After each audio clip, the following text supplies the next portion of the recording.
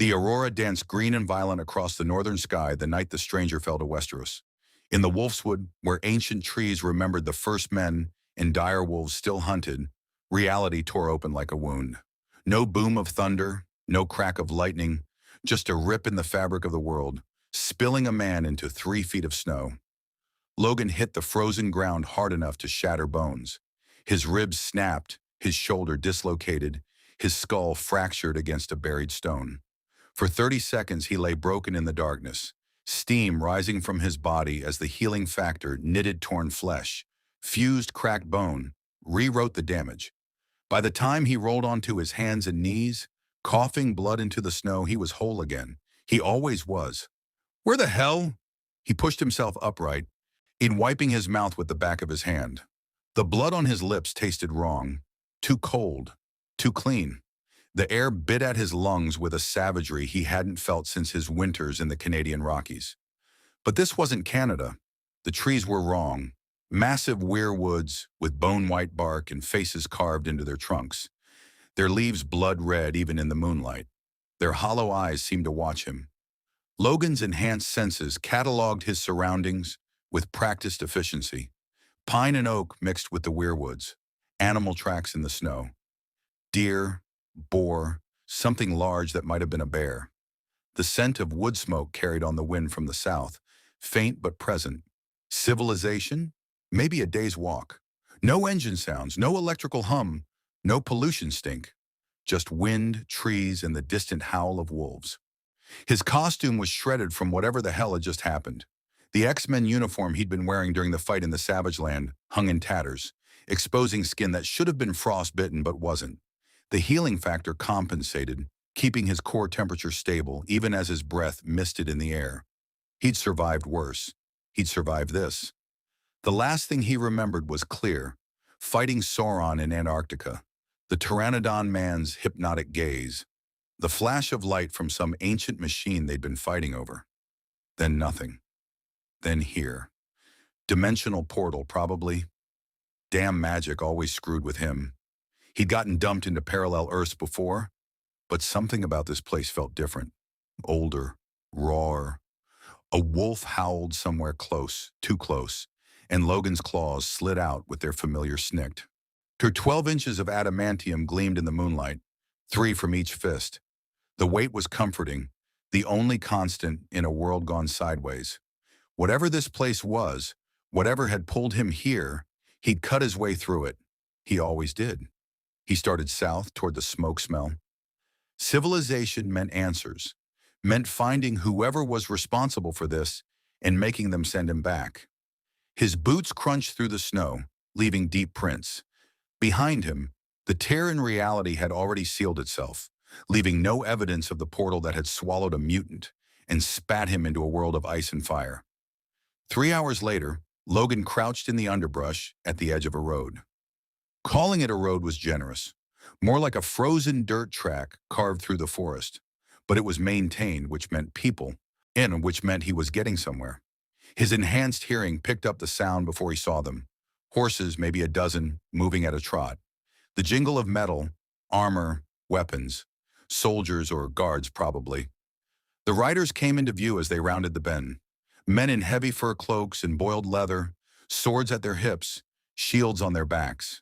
The shields bore a sigil Logan didn't recognize, a gray dire wolf on a white field. Their faces were hard, weathered by wind and war, eyes constantly scanning the tree line. These weren't weekend warriors. These were men who'd killed and expected to kill again. The leader raised a fist, and the column halted. He was older than the others, maybe 50, with a salt and pepper beard and the kind of scars that came from surviving what should have been fatal wounds. His eyes, gray as winter, locked onto the spot where Logan crouched. "Come out," the man called, his voice carrying the authority of command. "We've tracked you for the last mile. Show yourself or we'll assume you're a deserter from the bastard's army and treat you accordingly." Logan considered his options. He could fade back into the forest. They were good, but he was better. Or he could get his answers now. He stood slowly, hands visible, claws retracted. No point starting a fight before he knew what kind of world he'd landed in. The soldiers' hands went to their weapons the moment he appeared. Logan stepped onto the road and immediately saw their confusion. His shredded costume, his strange appearance. The way he moved, everything about him screamed foreign. Other, dangerous. Easy, Logan said, keeping his voice level. Just passing through. Don't want trouble. The leader's eyes narrowed. Your accent? Where are you from, stranger? Your clothes? I've never seen their like. Not from the north, not from the south. Are you from across the narrow sea? Bravos. Volantis. Logan had no idea what any of those words meant, but he recognized the tone. These men thought he was a spy or an enemy scout. His hand twitched toward where his claws would emerge. Not yet. Information first. Farther than that, he said. A lot farther. Look, I just need to know where I am. What do you call this place? One of the younger soldiers laughed nervously. What do we call it? We call it the North, stranger. The North of the 7 kingdoms of Westeros. You stand on the land sworn to House Stark of Winterfell. The young man's hand remained on his sword hilt. And you'll answer Ser Roderick's questions, or you'll answer to Lord Robb. Westeros. 7 kingdoms. House Stark. None of it meant anything to Logan, but the picture was becoming clearer. Medieval society, feudal lords, no technology he could detect. Either he'd been thrown back in time, or dumped into an alternate Earth so different it might as well be another planet. And from the way these men carried themselves, it was a world at war. I'm not your enemy, Logan said, but I'm not answering to anyone until I understand what's going on. Where you come from doesn't matter, Ser Roderick interrupted. What matters is you're in the Wolfswood without permission, without proper clothing for the weather, and you speak like no man I've ever heard. In times of war, that makes you a threat. You'll come with us to Winterfell. Lord Robb will decide what to do with you. Logan's jaw tightened. He'd been a prisoner before, too many times to count. Weapon X, the Reavers, Hydra, a dozen black sites and secret labs. He'd sworn never again, but starting a fight with these men wouldn't get him answers. And something about the name Stark, about the wolf on their shields, stirred a feeling he rarely trusted. Instinct. Fine, he said. I'll come peacefully, but I walk on my own feet. Nobody puts chains on me. Ser Roderick studied him for a long moment, then nodded. Fair enough. But if you run, we'll hunt you down. And if you make any aggressive move toward Lord Robb or Lady Catelyn, I'll put a sword through your heart myself. Logan almost smiled. You can try. They surrounded him, not close enough to crowd, but near enough to react if he bolted. As they rode south toward Winterfell, Logan took in the details of this strange new world. The way they spoke, formal and archaic. The complete absence of any modern technology. The cold that seemed to seep from the very stones.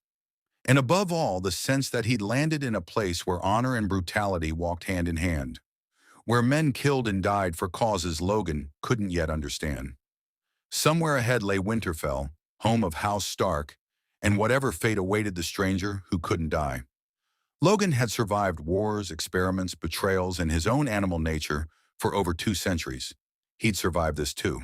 He always did.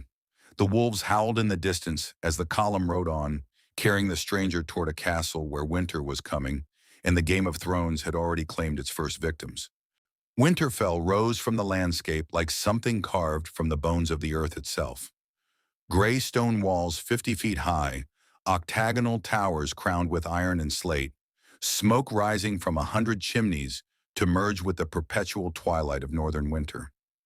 Logan had seen fortresses before, Castle Doom, the Hellfire Club's keeps, Hydra strongholds buried in mountains. But this was different. This wasn't built with technology or mutant power. This was raw human determination, stone piled on stone for thousands of years, each block cemented with the sweat and blood of men who knew winter could kill as surely as any sword. The gates stood open, but heavily guarded. More men in gray and white, more direwolf sigils. They watched Logan with the wariness of soldiers who'd seen too many friends die to take chances with strangers. Ser Roderick led the column through the outer walls into a courtyard bustling with controlled chaos. Smiths hammering at forges, stable boys tending horses, servants carrying supplies, all moving with the efficiency of a military camp, preparing for deployment. "Wait here," Sir Roderick commanded, dismounting. Two guards flanked Logan, hands on sword hilts.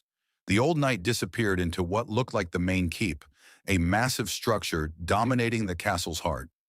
Logan stood still, using the time to observe. His enhanced senses picked up fragments of conversation from across the courtyard.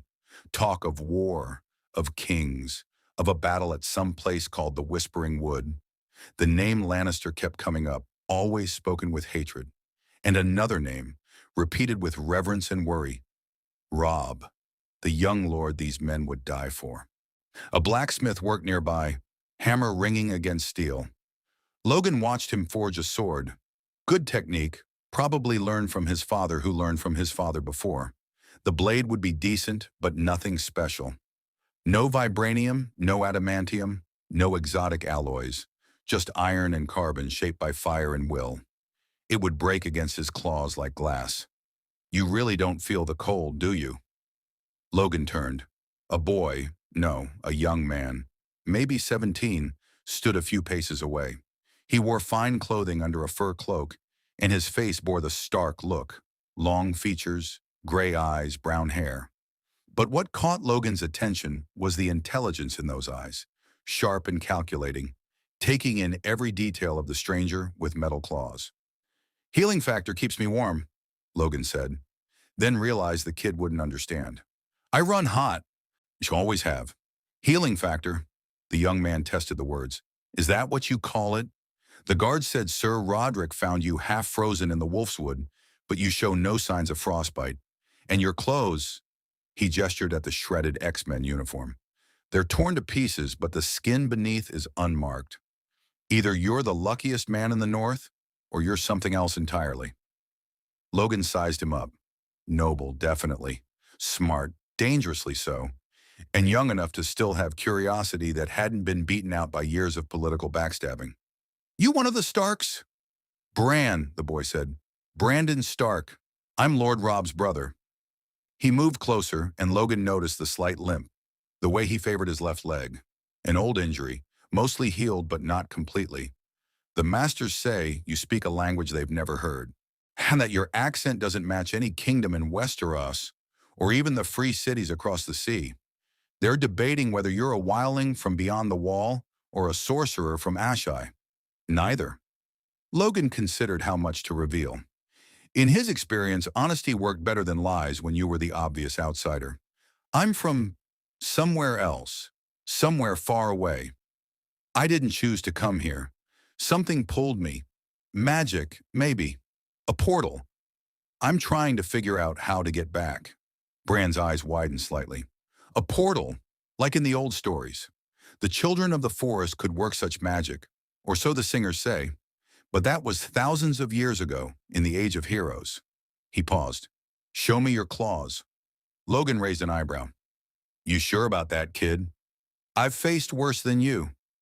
Something dark flickered across Bran's face, a shadow of pain and loss. "Please, I need to see." Logan extended his right hand and let the claws slide out. Snicked. 12 inches of adamantium caught the gray northern light, metal so perfect it seemed to drink the shadows. Bran leaned in, studying them with the focus of a scholar examining an ancient text. "They come from inside your hands," Bran whispered. "Through the skin. That should kill you. The pain alone should—" "I heal." Logan retracted the claws, the wounds in his knuckles sealing instantly. "Fast. Anything that doesn't kill me in the first second won't kill me at all. I've been stabbed, shot, burned, frozen, drowned. Still here." "Immortal," Bran breathed. "The legends speak of such beings. The last hero who fought the others. The Grey King who ruled for 1,000 years. But I thought they were just stories." "I'm not immortal. I can die. Just takes a lot more than most." Logan met the boy's eyes. "Your brother, Robb. What kind of man is he?" Bran's expression softened with loyalty and something deeper, worry. "The best man I know. He never wanted to be Lord of Winterfell. Father was supposed to rule for decades more. But father," his voice cracked, "King's Landing murdered him, cut off his head like a traitor, when he was the most honorable man in the Seven Kingdoms. So now Robb is Lord and King both. The North and the Riverlands have declared for him, and he's only 16, but he has to be a man grown, has to lead armies, has to make decisions that will save or damn thousands. Logan understood. He'd seen it before. Young men thrust into command, trying to be what everyone needed them to be. Eugene, Scott, even Peter Parker in another life. The weight of other people's expectations crushing down until you either became what they needed or broke under the pressure. He's good at it, Bran continued. Better than he should be. He won the battle at the Whispering Wood, took Jaime Lannister himself prisoner. But the Lannisters have King's Landing, have the Iron Throne. They have money and soldiers and the power of the crown. And Robb he has us, the North, honor and wolves and winter. He laughed bitterly. Father always said the man who passes the sentence should swing the sword. Robb's passed a lot of sentences these past months. Before Logan could respond, Ser Rodrik emerged from the keep. Lord Robb will see you now. And you, Bran, your lady mother asked you not to bother the prisoner. He's not bothering me, Logan said. The kid's got more sense than most adults I've met. They entered the keep through doors thick enough to stop battering rams. Inside, the stone walls were softened with tapestries and torchlight, but the martial atmosphere remained. This wasn't a palace. It was a fortress where lords happened to sleep between wars. Ser Rodrik led Logan through corridors and upstairs, finally stopping before a heavy wooden door guarded by 2 more soldiers. A word of advice, Ser Rodrik said quietly. Lord Robb's father was murdered by the Lannisters after they promised him mercy. His sisters are hostages in the south. His youngest brothers are missing, possibly dead. He's lost friends, bannermen, and the childhood he should have had. He's in no mood for games or mysteries. Answer his questions honestly, or you'll find Northern justice swift and final. I don't lie, Logan said. Not my style. The doors opened into a great hall that had been converted into a war room. Maps covered a massive table, wooden pieces representing armies scattered across painted geography. Banners hung from the walls. Wolves and trout, suns and towers, the sigils of houses Logan didn't recognize. And at the head of the table stood Robb Stark. The king in the north was barely more than a boy, but command sat on his shoulders like he'd been born to it. Auburn curls framed a face that mixed youth and hardness in equal measure. He wore practical clothing, leather and wool, not the ceremonial armor of peacetime lords, and a sword hung at his hip with the ease of frequent use. But what caught Logan's attention was the animal beside him, a direwolf. Not a dog or a large wolf, but something out of legend. 6 feet at the shoulder, gray fur and golden eyes, muscles coiled with predatory readiness. The beast's gaze locked onto Logan, and a low growl rumbled from his chest. Gray Wind smells something strange about you, Robb said. His voice was young but carried the weight of authority. He's never wrong about threats, so I'll ask you plainly. Are you here to harm my family or my people? Logan met the young king's eyes. No, I've got no stake in whatever war you're fighting. I just want to find a way home. Home? Robb studied him like he was another piece on the war map, calculating value and threat. Ser Rodrik says you claim to be from beyond the Narrow Sea, but your accent doesn't match Bravos or Pentos or any free city. The Maesters think you might be from Ashai, or even farther east, Korth perhaps, or somewhere not marked on any map. Farther than any of that, Logan said. Try another world entirely. Silence filled the hall. Several of Robb's advisors shifted uncomfortably. One, a gruff man with a face like weathered leather, snorted. Another world. Next he'll claim to be one of the gods. I'm no god, just a man who heals fast and has metal in his bones. Logan kept his focus on Robb. Look, kid. I'm not a kid. Steel entered Robb's voice. I'm a king, Lord of Winterfell, king in the north and of the Trident. Men twice your age bend the knee to me. You'll show respect or you'll be locked in the dungeons until I decide what to do with you. Logan bit back his initial response. The boy had spine. Good. But he was also wound tight as a spring, carrying more weight than someone his age should bear. Logan recognized the signs. Combat fatigue, decision paralysis, The slow, grinding erosion of ideals against reality's sharp edges. Fair enough, Logan said. Your Grace. The title felt strange on his tongue, but he'd played politics before when necessary. I mean, no disrespect. Where I come from, we don't have kings. But I understand you've got authority here, and I'm the outsider. I'm willing to answer your questions. I just want the same courtesy. Answers about where I am and what's happening. Rob exchanged glances with his advisors. A woman stepped forward, 30s, auburn hair like Rob's, beautiful but carved hollow by grief. The mother, Logan guessed, Catelyn Stark. Her eyes held a wariness that went bone deep. You say you want to go home, she said. Yet you show no urgency. You came to Winterfell peacefully. Why? If you truly have the powers the guards describe, you could have vanished into the Wolfswood. We would never have found you. Because running doesn't get me answers, Logan said.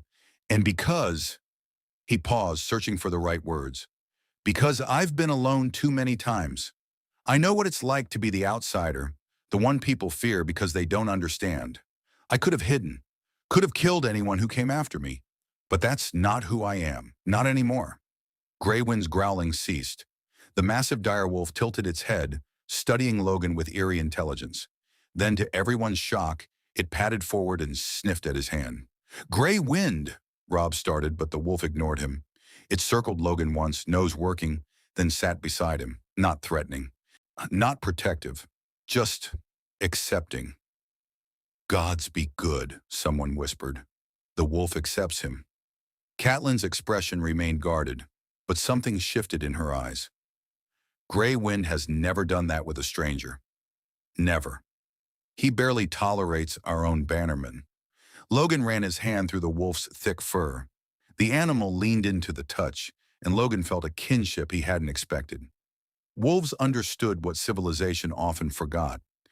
You judge by instinct and action, not words and politics. Robb Stark stared at his wolf, then at Logan.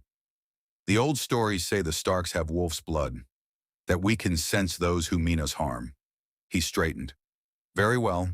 You'll stay in Winterfell as our guest. Not prisoner, not free man. Guest. You'll answer our questions about where you're from and what you can do. In exchange, we'll help you understand this world and perhaps find a way back to yours. But, his voice hardened, if you betray us, if you harm anyone under my protection, immortal or not, I'll find a way to end you. Do we have an accord? Logan considered. He'd been offered worse deals. And something about this place, these people, felt right in a way he couldn't explain. Maybe it was the dire wolf's acceptance. Maybe it was seeing a young leader trying to do right in a world that punished honor. Or maybe he was just tired of running. Yeah, he said, we have an accord. They gave Logan a room in the guest quarters, sparse but functional, with a bed too soft for his taste and a window overlooking the courtyard. He'd slept in worse places. Hell, he'd slept in sewers, caves, and corpse piles. A clean room with stone walls and a fireplace was luxury. But he couldn't sleep. His body didn't need much rest anyway. The healing factor compensated for exhaustion. And his mind was too busy cataloging this new reality. He stood at the window as dawn broke gray and cold over Winterfell, watching the castle wake. Servants hauled water, soldiers drilled in the yard, smoke rose from the kitchens. A society running on muscle and wood and iron.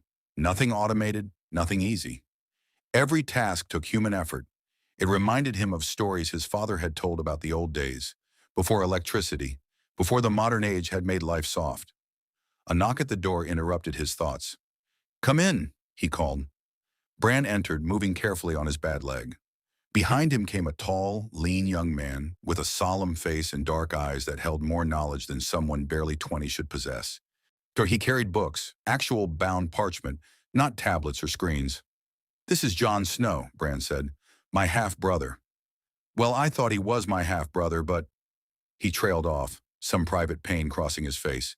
Jon knows more about the world beyond the wall than anyone except the Night's Watch Rangers. Jon Snow studied Logan with the same analytical intensity as Bran, but his assessment felt different, military rather than scholarly. Bran says you claim to be from another world.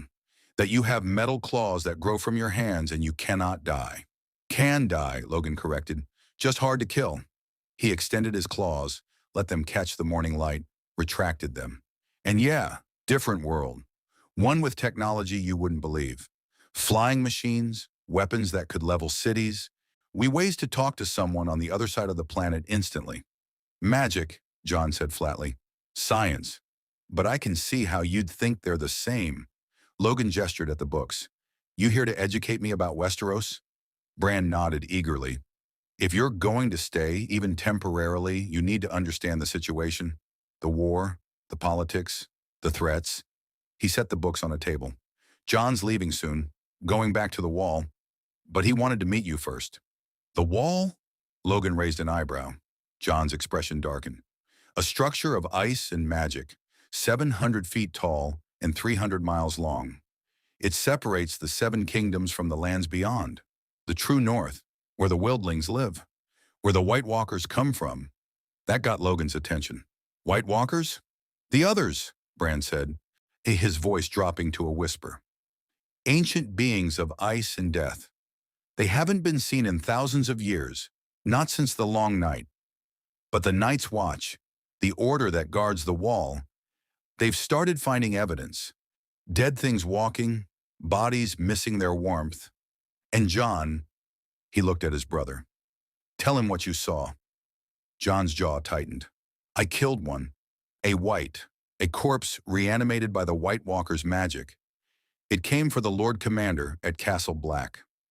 Fire killed it, and obsidian, dragon glass, can kill them too. But steel? He shook his head. Steel passes through them like smoke. They're coming, Logan. Something is stirring beyond the Wall. An army of the dead, led by creatures older than recorded history. Logan had fought demons, aliens, sentient viruses. It could every flavor of monster the Marvel Universe could throw at him. But something about John's matter-of-fact delivery, the certainty in his voice, sent a chill down his spine that had nothing to do with the northern cold. And your brother, Robb, he knows about this? He knows, John said, but he's fighting a war in the south. The Lannisters killed our father, hold our sisters hostage, and sit on the Iron Throne behind a boy king who isn't fit to rule. The North has declared independence, crowned Robb king. The Riverlands joined him after the Lannisters ravaged their lands. He can't ignore the immediate threat to deal with the distant one. Even if the distant threat could end everyone, Logan said. Even then, John met his eyes. That's why I'm going back to the Wall. Someone has to prepare. Someone has to stand watch when the winter comes. And it's coming, Logan. I can feel it. Bran opened one of the books, revealing a map. Logan leaned in, studying the geography of this strange world. Westeros was a massive continent, stretching from frozen wastes in the north to deserts in the south. The north alone was larger than the other 6 kingdoms combined. King's Landing, the capital, sat thousands of miles south of Winterfell. The narrow sea separated Westeros from another continent, Essos, dotted with cities bearing exotic names. Bravos, Volantis, Karth, and farther east, marked with dragons and warnings, Ashai, the Shadowlands, places where maps ended and legend began. The Lannisters control King's Landing in the Westerlands, Bran explained, pointing to the western coast. House Baratheon, or what's left of it, holds Storm's End and Dragonstone. Stannis Baratheon claims to be the rightful king. Renly Baratheon, his younger brother, also claimed the throne, but he was murdered and his army joined Stannis. The Tyrells of the Reach, the wealthiest kingdom, sided with the Lannisters after Renly died. And Dorne, in the far south, stays neutral but watches for opportunity. Logan whistled low. That's a lot of players, a lot of armies.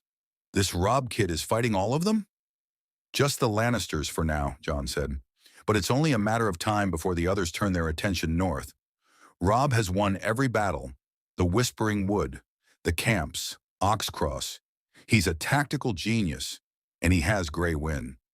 The wolf finds enemy scouts, smells ambushes, fights like a demon. But, he hesitated, war isn't just battles. When it's logistics, alliances, betrayals, The North is poor compared to the South. We have strength and honor, but the Lannisters have gold and numbers. Eventually, those numbers will matter. Honor doesn't win wars, Logan said. I've seen that lesson taught too many times.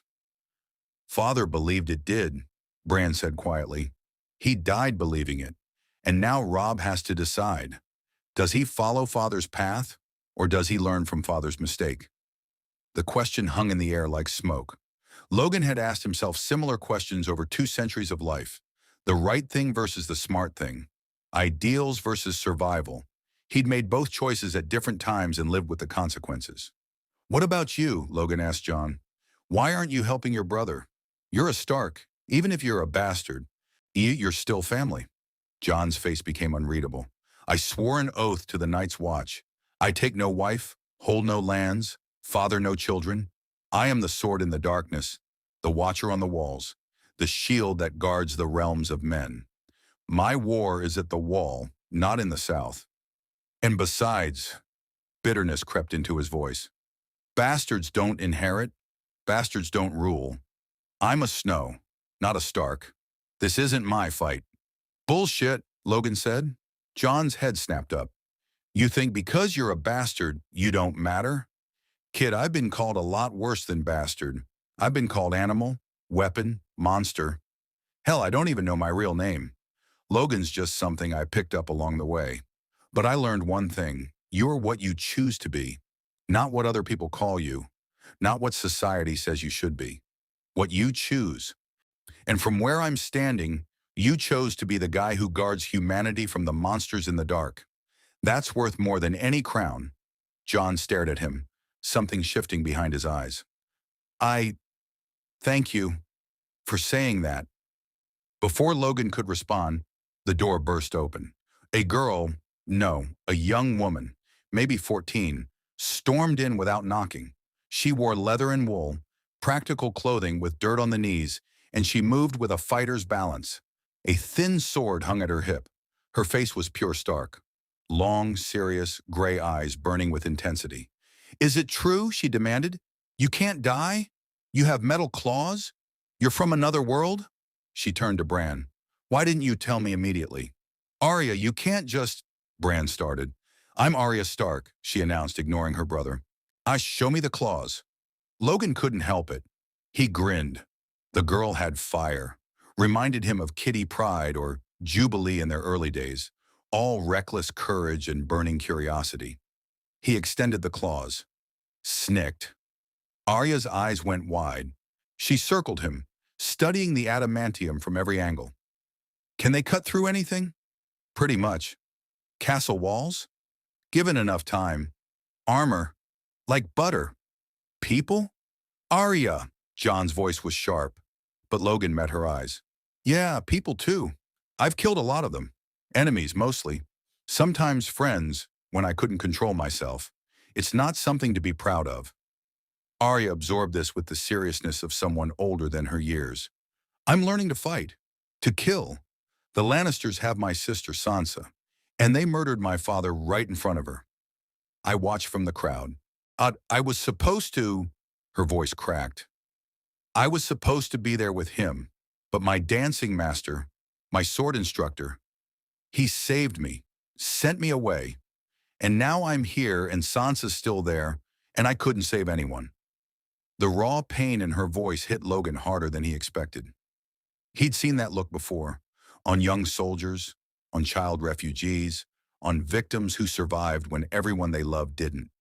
The guilt of living, the hunger for revenge that felt like the only thing keeping you whole. Your father loved you, Logan said quietly. Both of you. He'd want you alive, not dead trying to rescue your sister. And revenge. He retracted the claws. Revenge is a poison. It'll keep you warm at night, give you purpose, but it'll hollow you out until there's nothing left but the hate. Trust me. I've been there. But you still killed them, Arya said. The people who hurt you. Yeah, I did. And some days I'm not sure if that makes me a hero or just another monster. They stood in silence, the weight of shared pain bridging the gap between worlds. Jon moved first, placing a hand on Arya's shoulder. Come on, Mother will be looking for you. As they filed out, Bran lingered. Thank you for not treating her like a child. She needs that. We all do. Everyone keeps trying to protect us, shield us from the truth. But we've already seen too much. Father's death, the war, everything changing. World doesn't care how old you are when it decides to teach you hard lessons, Logan said. You kids are tougher than most adults I know. But Bran, watch out for your sister. That anger inside her, it's going to explode. And when it does, she'll need family to keep her from becoming someone she doesn't want to be. Bran nodded solemnly. I'll try. If I can. He looked away. Sometimes I dream of being a knight, riding in tourneys, protecting the weak, doing great deeds. But my leg, I fell from a tower before the war started. Shattered it. The masters say I'll never ride a horse again, never fight. What good is a crippled lord? What good is a Stark who can't defend his family? Logan crouched down to Bran's level. You want to know what I see when I look at you? A kid who's been through hell and still has curiosity, still wants to learn, still cares about truth. That's rarer than you think. Physical strength? He flexed his arm.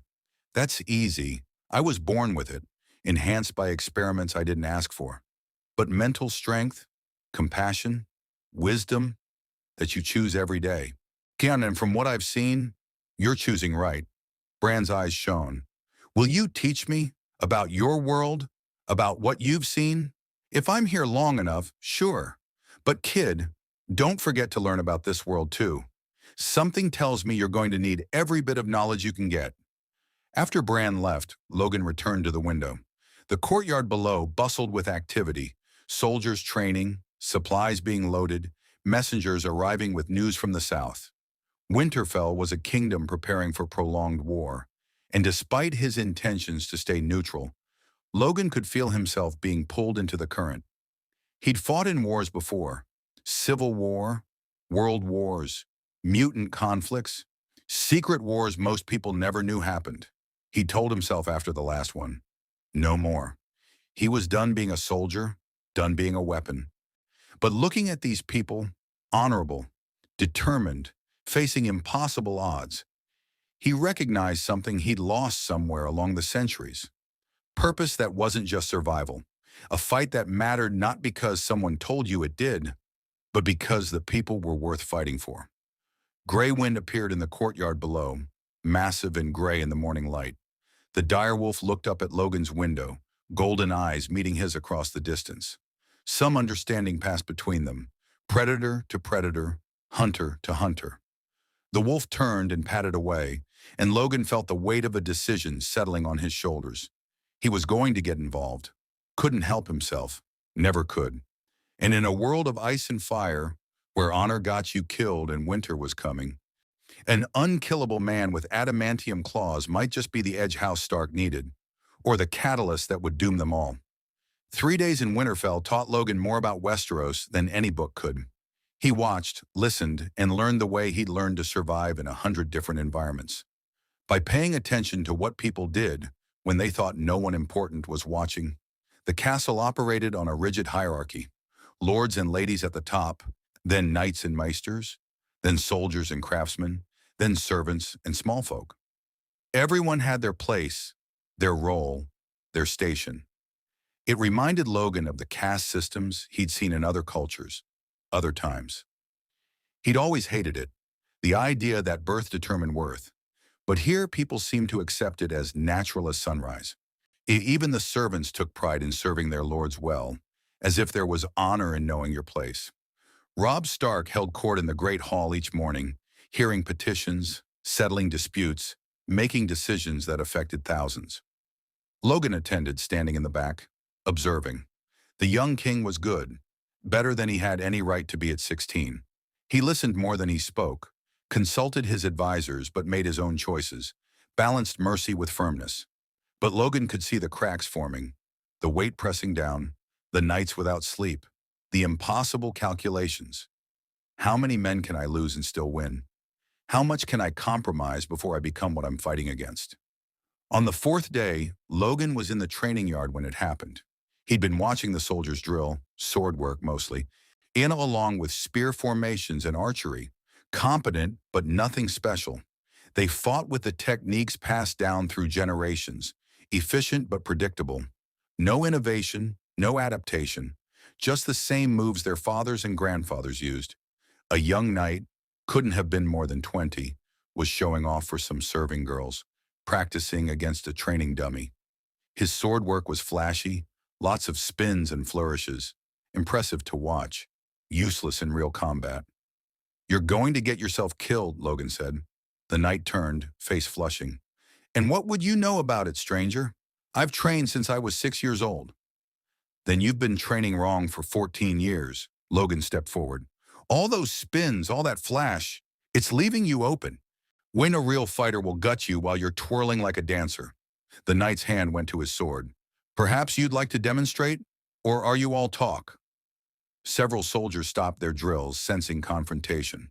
Logan saw Sir Roderick approach from across the yard, but the old master-at-arms didn't intervene, just watched with the interest of a teacher curious to see what the student had learned.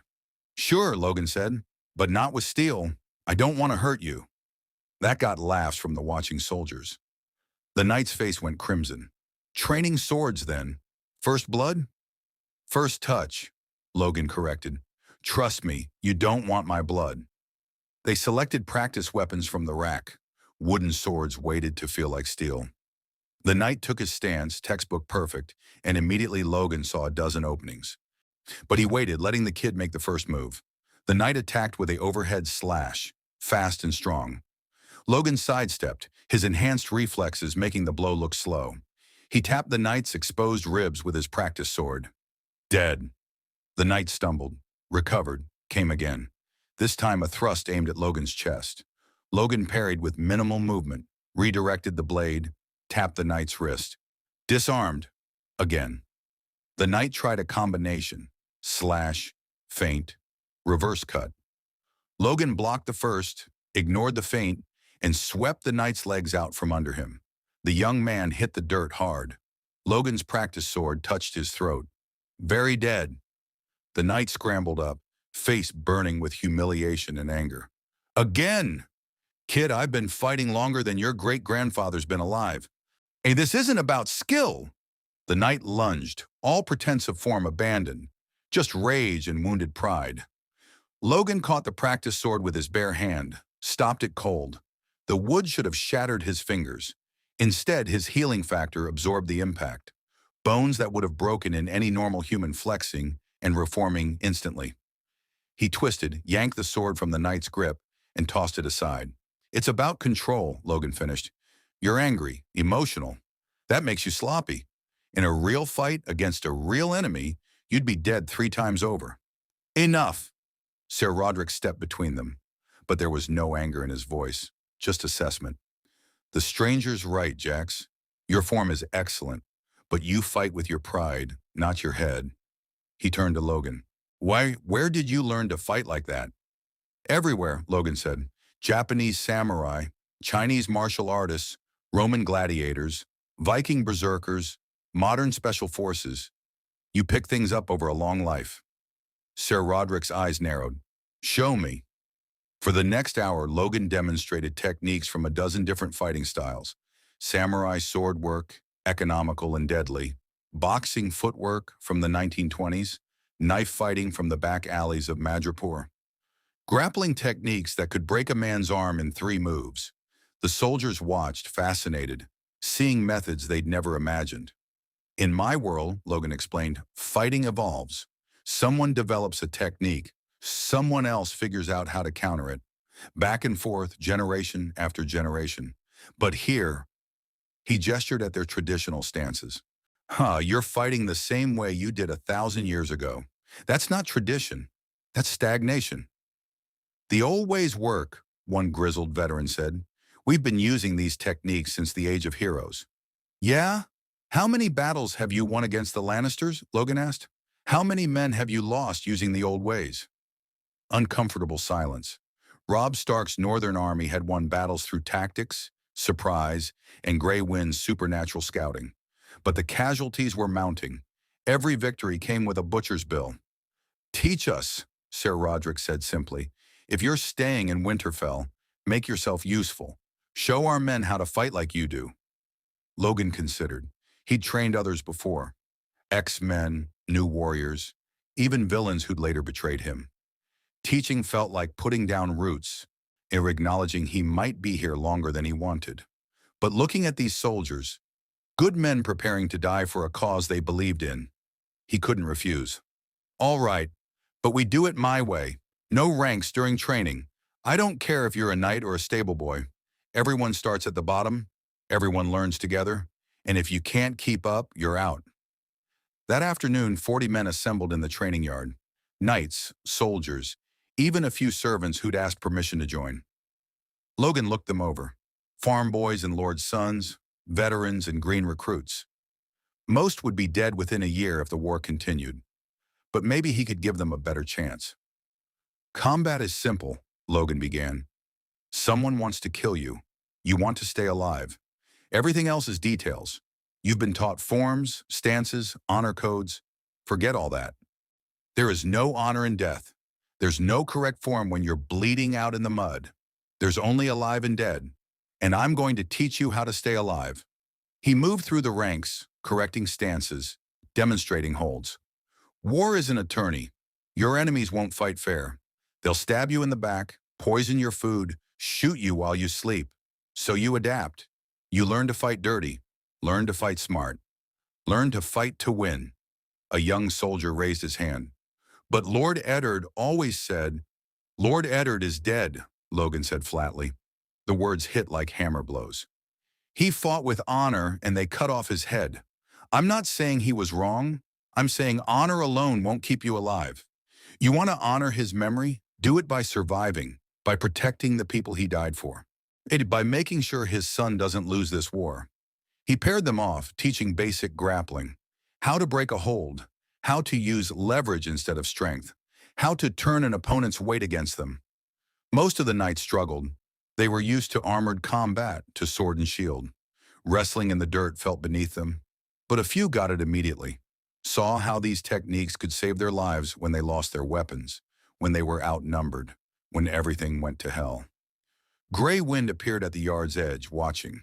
The massive direwolf had taken to following Logan around the castle, much to everyone's surprise. Even Robb seemed puzzled by his wolf's behavior. But Logan understood. Predators recognized each other, and Gray Wind sensed something in Logan that transcended the human shape he wore. The animal beneath, and the beast always one bad day from breaking free. As the sun set, painting Winterfell's stones red and gold, Robb Stark joined them. He watched from the sidelines as Logan demonstrated a disarming technique, then stepped forward. Teach me, the young king said. The training yard fell silent. Logan studied Robb, tired eyes, shoulders tight with stress, hands calloused from sword work. A boy playing at king, except the game was real, and people died when he made mistakes. You sure? Your men won't like seeing their king knocked on his ass. My men have seen me bleed in battle, Robb said. They'll understand. He picked up a practice sword. Besides, if you're going to train my army, I should know what you're teaching them. They circled each other. Robb moved well, trained by the best, experienced from months of war. But Logan had centuries. He let the king attack first, measuring his skill. Robb was good, fast, strong, tactical.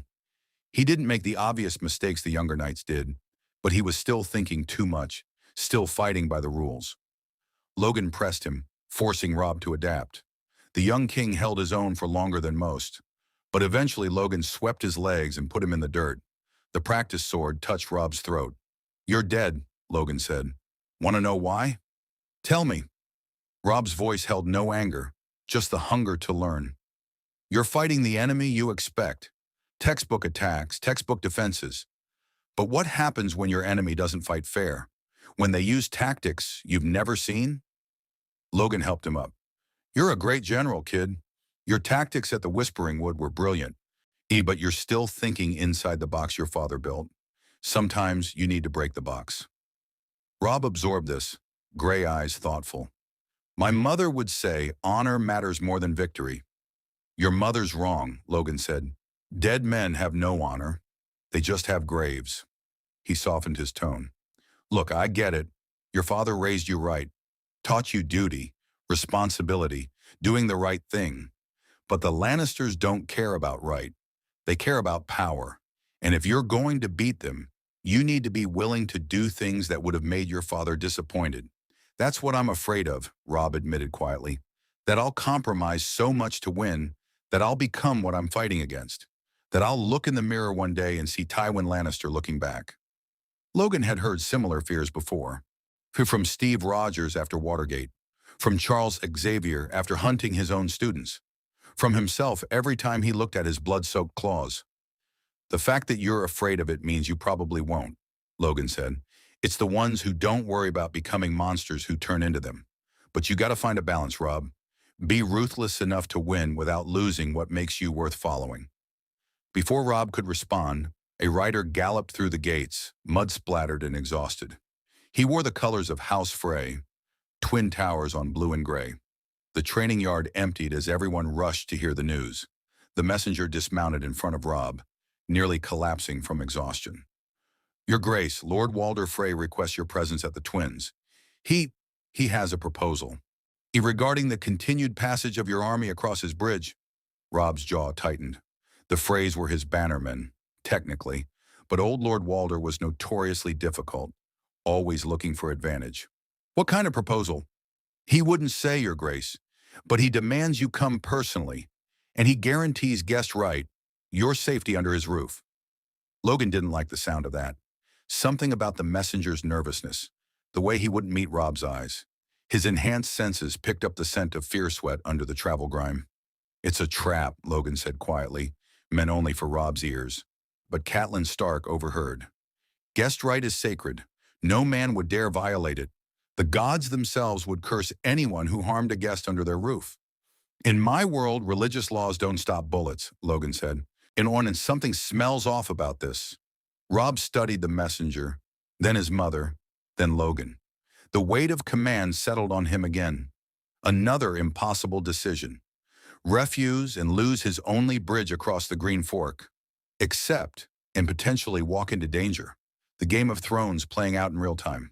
I'll go, Robb decided. We need the Twins. Without them, we're trapped north of the river. He turned to Logan. Will you come? As my advisor?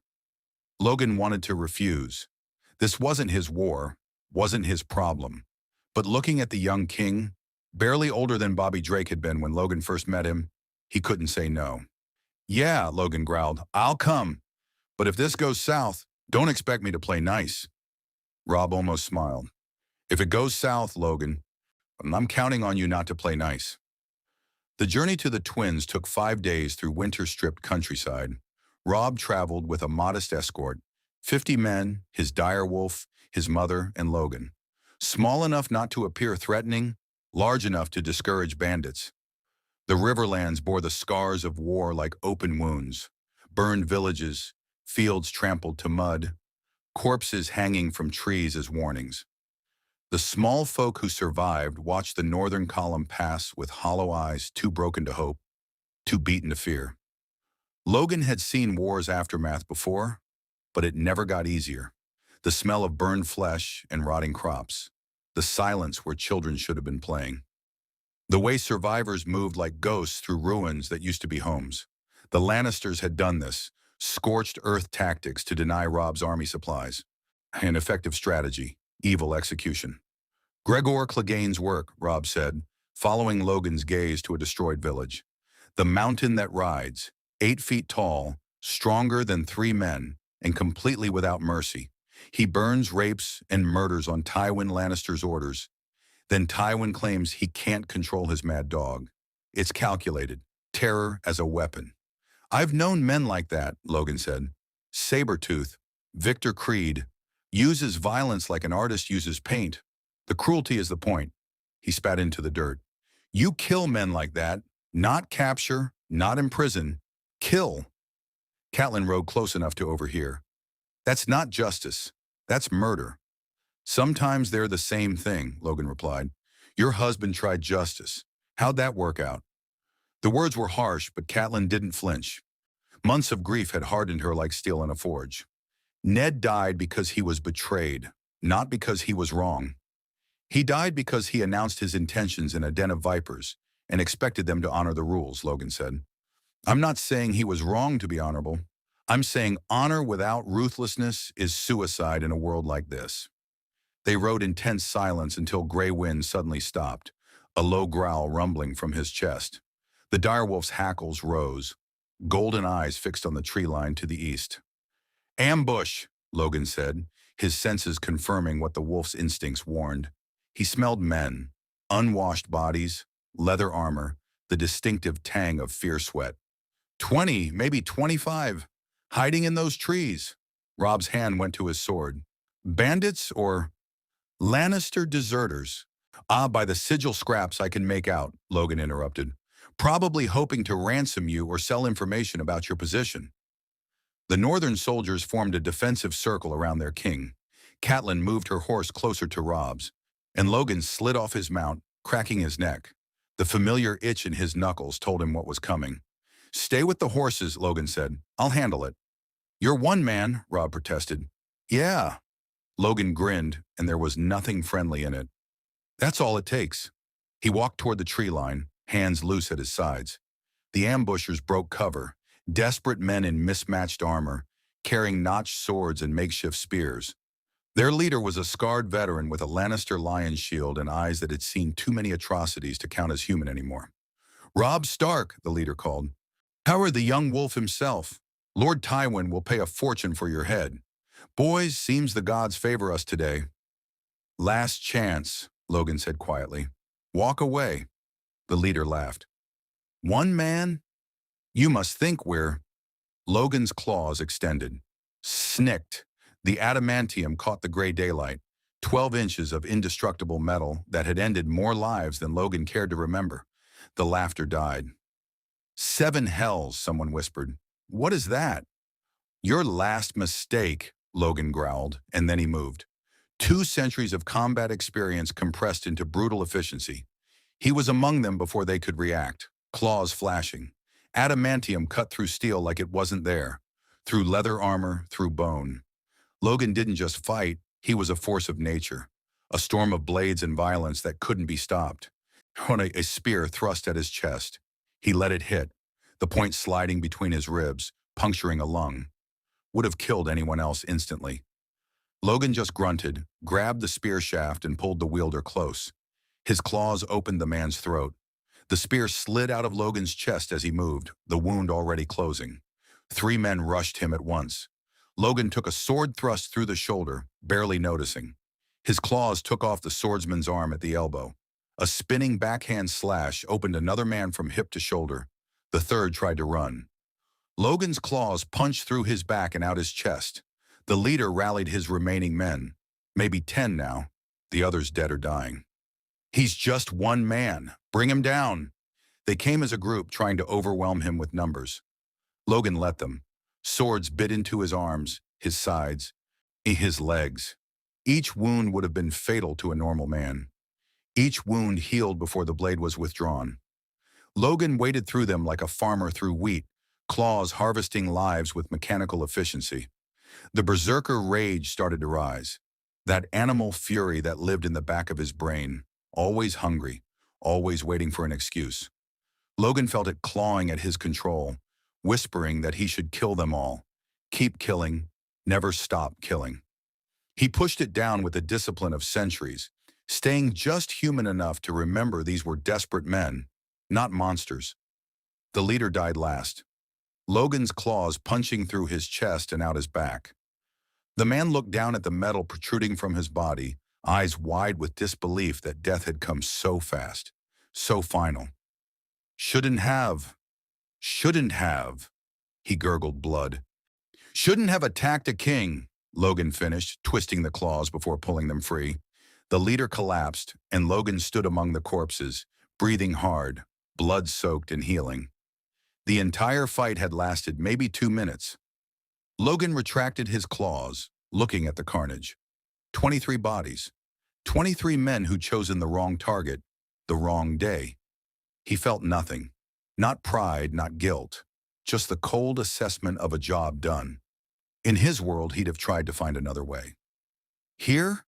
Here, mercy got you killed. He walked back to the column. The northern soldiers stared at him like he was a demon wearing manskin. Even Robb looked shaken. Only Grey Wind seemed unsurprised, the direwolf meeting Logan's eyes with that predator's understanding. Mother of wolves, Catelyn breathed. You're covered in blood. You took a dozen wounds.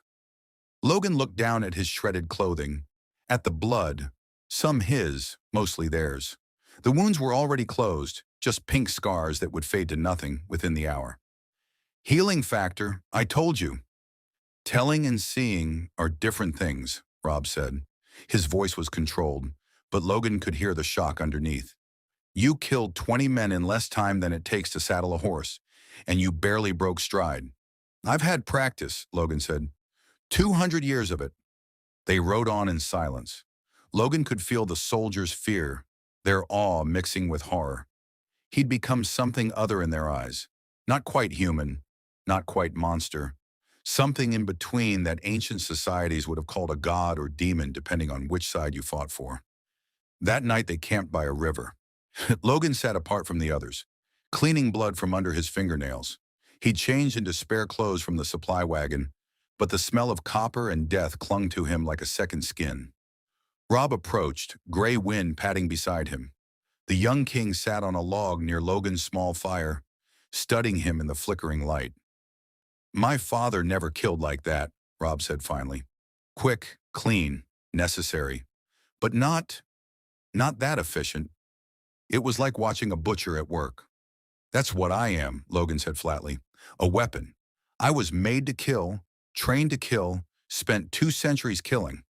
Everything else, the teaching, the heroics, the trying to be better, that's just me fighting what I was built to be. And yet you didn't enjoy it, Robb observed. I watched your face. There was no pleasure, no satisfaction. Sir, just work. Killing should never be enjoyable, Logan said. The day it becomes fun is the day you're too far gone to save. He looked at the young king. You've killed men in battle. How'd it feel? Robb was quiet for a long moment. Necessary, terrible. Each one is a son, a brother, maybe a father. But they were trying to kill my men, so I killed them first. And I feel guilty about that. Guilty that I don't feel worse. That's how you stay human, Logan said. You feel bad about not feeling bad enough. It's twisted logic, but it keeps you from becoming the monster. You start thinking killing is easy. That's when you cross the line. Grey Wind lay down between them, massive head resting on his paws. The direwolf's presence was oddly comforting, a reminder that some things transcended human concerns about morality and guilt. Wolves killed to survive. They didn't philosophize about it. The phrase, Robb said, changing the subject, you still think it's a trap?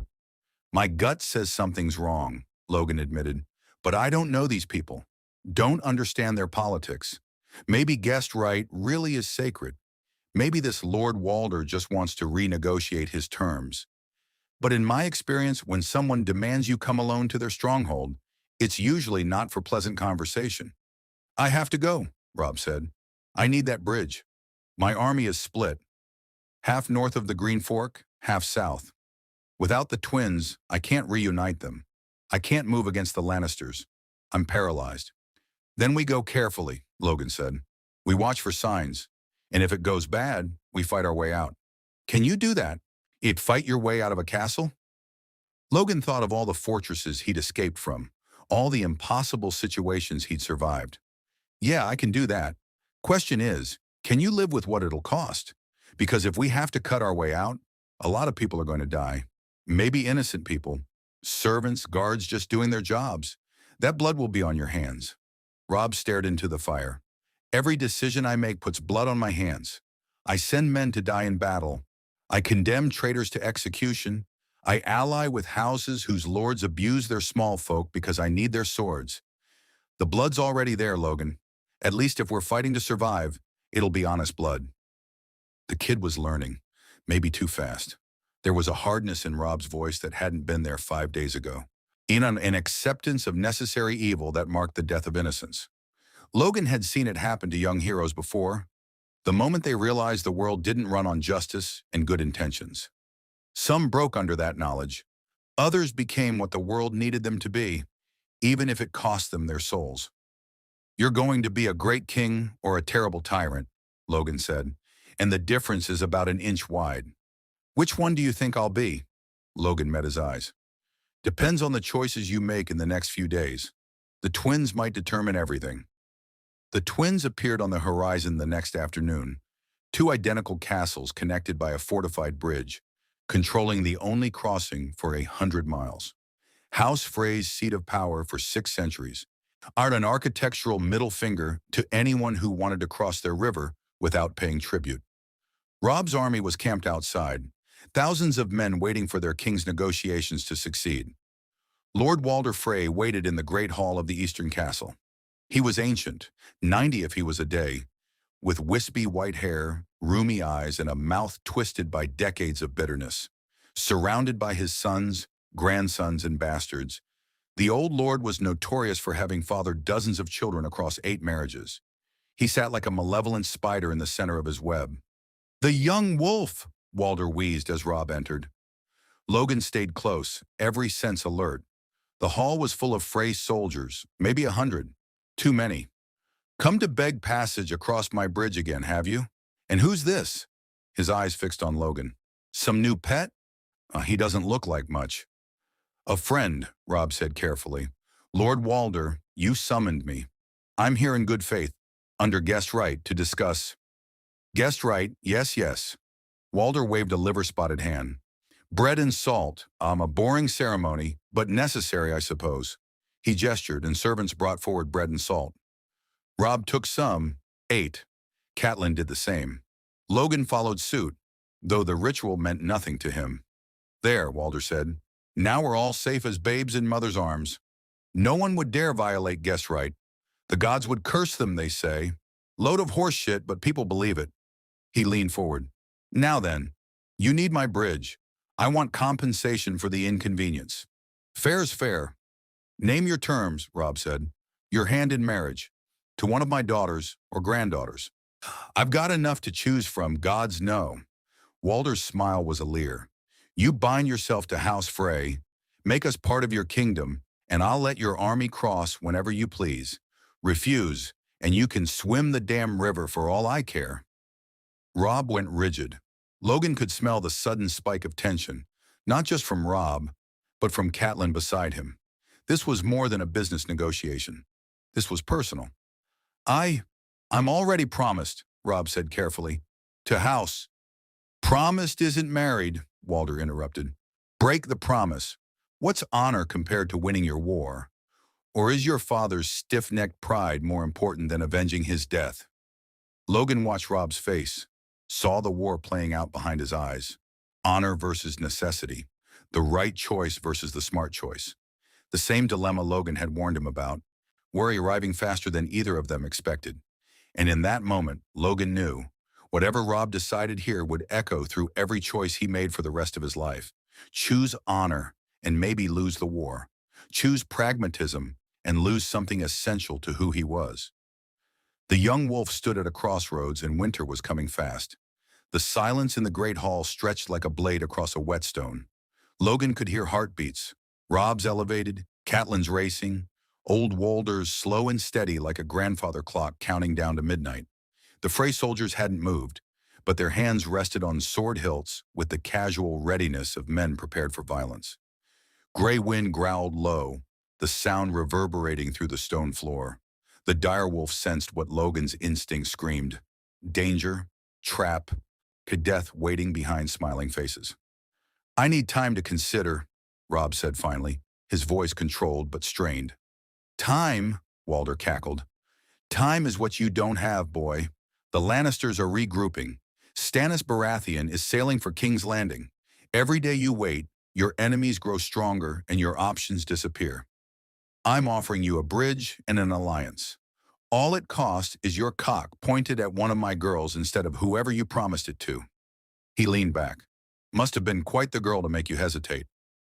Logan saw the truth in Robb's face before the young king said anything. This wasn't a political betrothal Robb was considering breaking.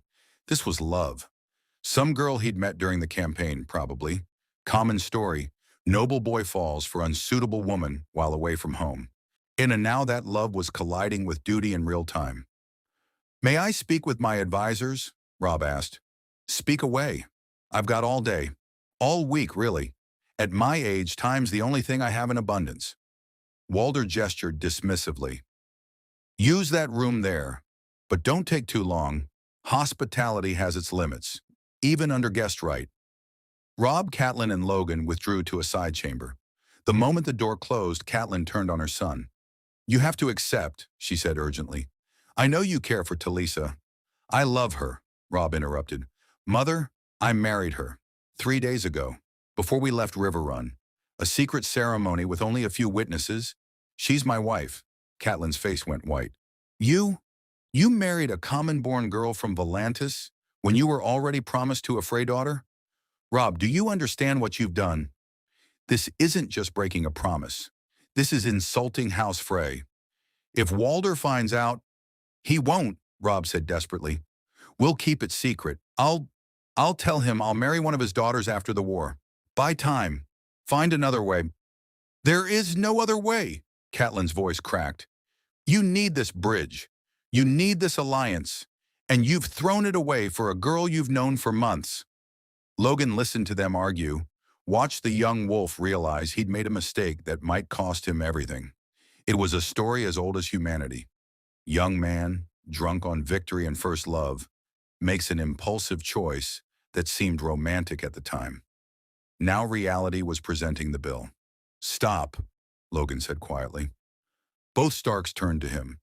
Fighting each other doesn't help. And let's look at options. There are no options, Catelyn said bitterly. My son has destroyed our alliance with the Freys. When Walder learns of this, if he learns, Logan corrected, how many people know about this marriage? 6, Rob admitted. Talisa, me, the Septon who performed the ceremony, and 3 of my closest men. I swore them to secrecy. Then keep it secret, Logan said. Tell Walder you'll marry his daughter. Make the promise. Win your war. Deal with the consequences later. That's lying, Rob protested. That's survival, Logan interrupted. Kid, I get it. You were raised on honor, on keeping your word, on doing the right thing. But you're in a situation where the right thing and the smart thing are pointing in opposite directions. But you've got to choose. My father would never. Your father's dead, Logan said bluntly. And one of the reasons he's dead is because he announced his intentions to people who had every reason to want him gone. He chose honor over pragmatism. How'd that work out? Rob flinched like he'd been struck. Catelyn looked ready to slap Logan, but the words needed saying. I'm not telling you to become a liar, Logan continued, softer now. I'm telling you that sometimes you have to play the game long enough to win it. Make the promise to Walder. Keep your wife secret. After you've won, after the Lannisters are defeated and you've secured your kingdom, then you can reveal the truth. Face the consequences from a position of strength instead of desperation. That's dishonorable, Rob said, but his voice wavered. Yeah, it is, Logan agreed. Welcome to being a king. You wanted to know the difference between you and your father? This is it. He'd have told the truth and died for it. You need to lie and live with the guilt. That's the price of the crown on your head. Catelyn studied Logan with something between horror and respect.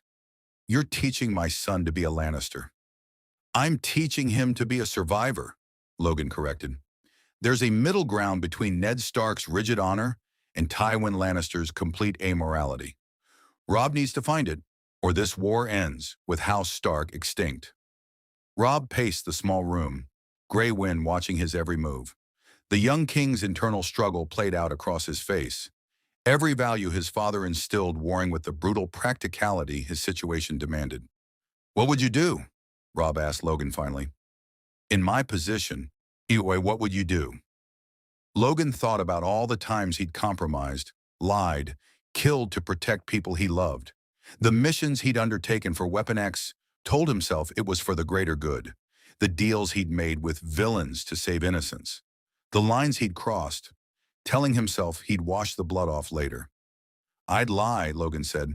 I'd promise Walder his marriage. I'd keep my real wife hidden, and I'd spend every night hating myself for it. But I'd do it, because the alternative is losing everything. My kingdom, my people, my family. Sometimes being the hero means carrying the weight of dishonorable choices so other people don't have to. Rob stopped pacing. His gray eyes, so like his father's, so like his brother John's, met Logan's. If I do this, if I lie to Walder, use him, betray his trust even under guest right. What does that make me? Human, Logan said. Flawed. Trying your best in an impossible situation, and maybe smart enough to survive. A long moment passed. Logan could almost see the boy Rob had been dying, replaced by the man, harder, colder, more pragmatic, that he needed to become. All right, Rob said quietly. I'll do it. I'll promise to marry a Frey daughter after the war is won. I'll buy time. He looked at his mother. But you need to know I won't abandon Talisa. When this is over, I'll face whatever consequences come. I'll make it right somehow. There may be no making it right, Catelyn said, but you're thinking of your people, your duty to them. That's what your father would have wanted, even if the method would have disappointed him. They returned to the great hall. One of Logan's enhanced senses swept the room again. Still too many soldiers, still that undercurrent of tension that suggested violence simmering just beneath formality. But maybe he was being paranoid. Maybe this really was just a negotiation. Lord Walder, Rob said, his voice steady, I accept your terms. After the war is won, after the Lannisters are defeated, I will marry one of your daughters and bind our houses together. Walder's eyes narrowed. After the war? Convenient. Wars have a way of lasting forever, or ending with one side dead. I need to focus on winning, Rob said. A wedding takes time to plan, and I can't afford distractions. But you have my word, a Stark's word, that when victory comes, a marriage will follow. A Stark's word, Walder mused. Your father's word was worth something, I'll grant you. But you're not your father, are you, boy? You're younger, softer. Still think honor matters more than blood. He drummed his fingers on the armrest. Fine, I accept. But I want a gesture of good faith. Now. What kind of gesture? Catelyn asked warily. Your uncle, Walder said. Edmure Tully. He's unmarried, isn't he? Has no inconvenient attachments or promises? He can marry one of my daughters. Immediately. Tonight, if I arrange it. That way I know at least one Stark-Tully alliance is real, not just pretty words. Logan saw the trap within the trap. Walder didn't trust Rob. Smart old bastard could probably smell the deception. So he wanted a marriage he could control, a wedding that would happen under his roof with his guards, where he dictated terms. Rob and Catelyn exchanged glances. Edmure Tully was Catelyn's brother, a proud lord in his own right. Marrying him off without consultation was risky, but refusing would expose Rob's deception, or at least make Walder more suspicious. Edmure would need to agree, Catelyn said carefully. We can send for him, but— No need, Walder interrupted. He's already here. Arrived this morning with his forces. Convenient, isn't it? His smile was all teeth and malice. Almost like I knew you'd need extra incentive. The doors opened and Edmure Tully entered. A handsome man in his 30s, proud-bearing, wearing the colors of House Tully. He looked confused by the summons but came respectfully before his king. Rob explained the situation quickly, watching his uncle's face cycle through shock, anger, and finally resignation. Edmure understood politics, understood duty, and most importantly, understood that refusing would damn his nephew's cause. Which daughter? Edmure asked Walder, his voice tight with suppressed emotion. Roslyn, Walder said. Pretty thing. Takes after her mother, thankfully. You could do worse. A young woman was brought forward. Early 20s, dark hair, kind face. She looked as unhappy about this as Edmure, but she curtsied gracefully. Two people being sacrificed on the altar of political necessity. And Logan felt a surge of anger at the whole feudal system that treated humans like chess pieces. Tonight then, Walder said, we'll have a proper wedding, feast, music, the whole pageant. Tomorrow Lord Stark's army can cross my bridge with my blessing. See? Everyone gets what they want. Everyone except the bride and groom, Logan thought, but he kept his mouth shut. And the rest of the day passed in a blur of preparations. Seamstresses fussed over Edmure and Roslyn. Servants prepared the great hall for a feast. Musicians tuned instruments. It all felt normal, but Logan couldn't shake his unease. That animal instinct in the back of his brain kept whispering, danger, trap, run. Gray Wind felt it too. The dire wolf refused to settle, pacing restlessly through the castle. When servants tried to feed him, he wouldn't eat. When they tried to stable him, he snarled until they backed off. Finally, Robb had him brought to their chambers, where the wolf planted himself between his master and the door, hackles raised. He's never acted like this, Robb said, worry creasing his forehead. Not even before battle. Animals know things we don't, Logan said. He was pacing too, unable to sit still. They sense danger before it arrives, and Grey Wind is sensing something. But we've taken guest right, Catelyn protested. We're safe. No one would dare. You keep saying that, Logan interrupted. But what if you're wrong? What if someone decides their ambition is worth the god's curse? That's madness. The cultural prohibition against violating guest right goes back thousands of years. It's one of the few absolute laws in Westeros. Laws only matter when people follow them, Logan said. And desperate people do desperate things. You think Walder Frey would really? Robb started. A knock at the door. A Frey servant entered, bowing. Your Grace, Lord Walder requests your presence at the wedding feast. It's time to celebrate the union of our houses. Logan's hand twitched toward where his claws would emerge. Every instinct screamed at him to grab Robb, smash through a window, run. But maybe he was wrong. Maybe this really was just paranoia.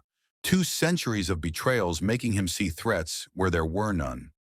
We'll be right there, Robb said. He stood, adjusted his clothing, tried to project royal confidence. But Logan saw the doubt in his eyes, the way his hand kept drifting to his sword hilt. They descended to the great hall.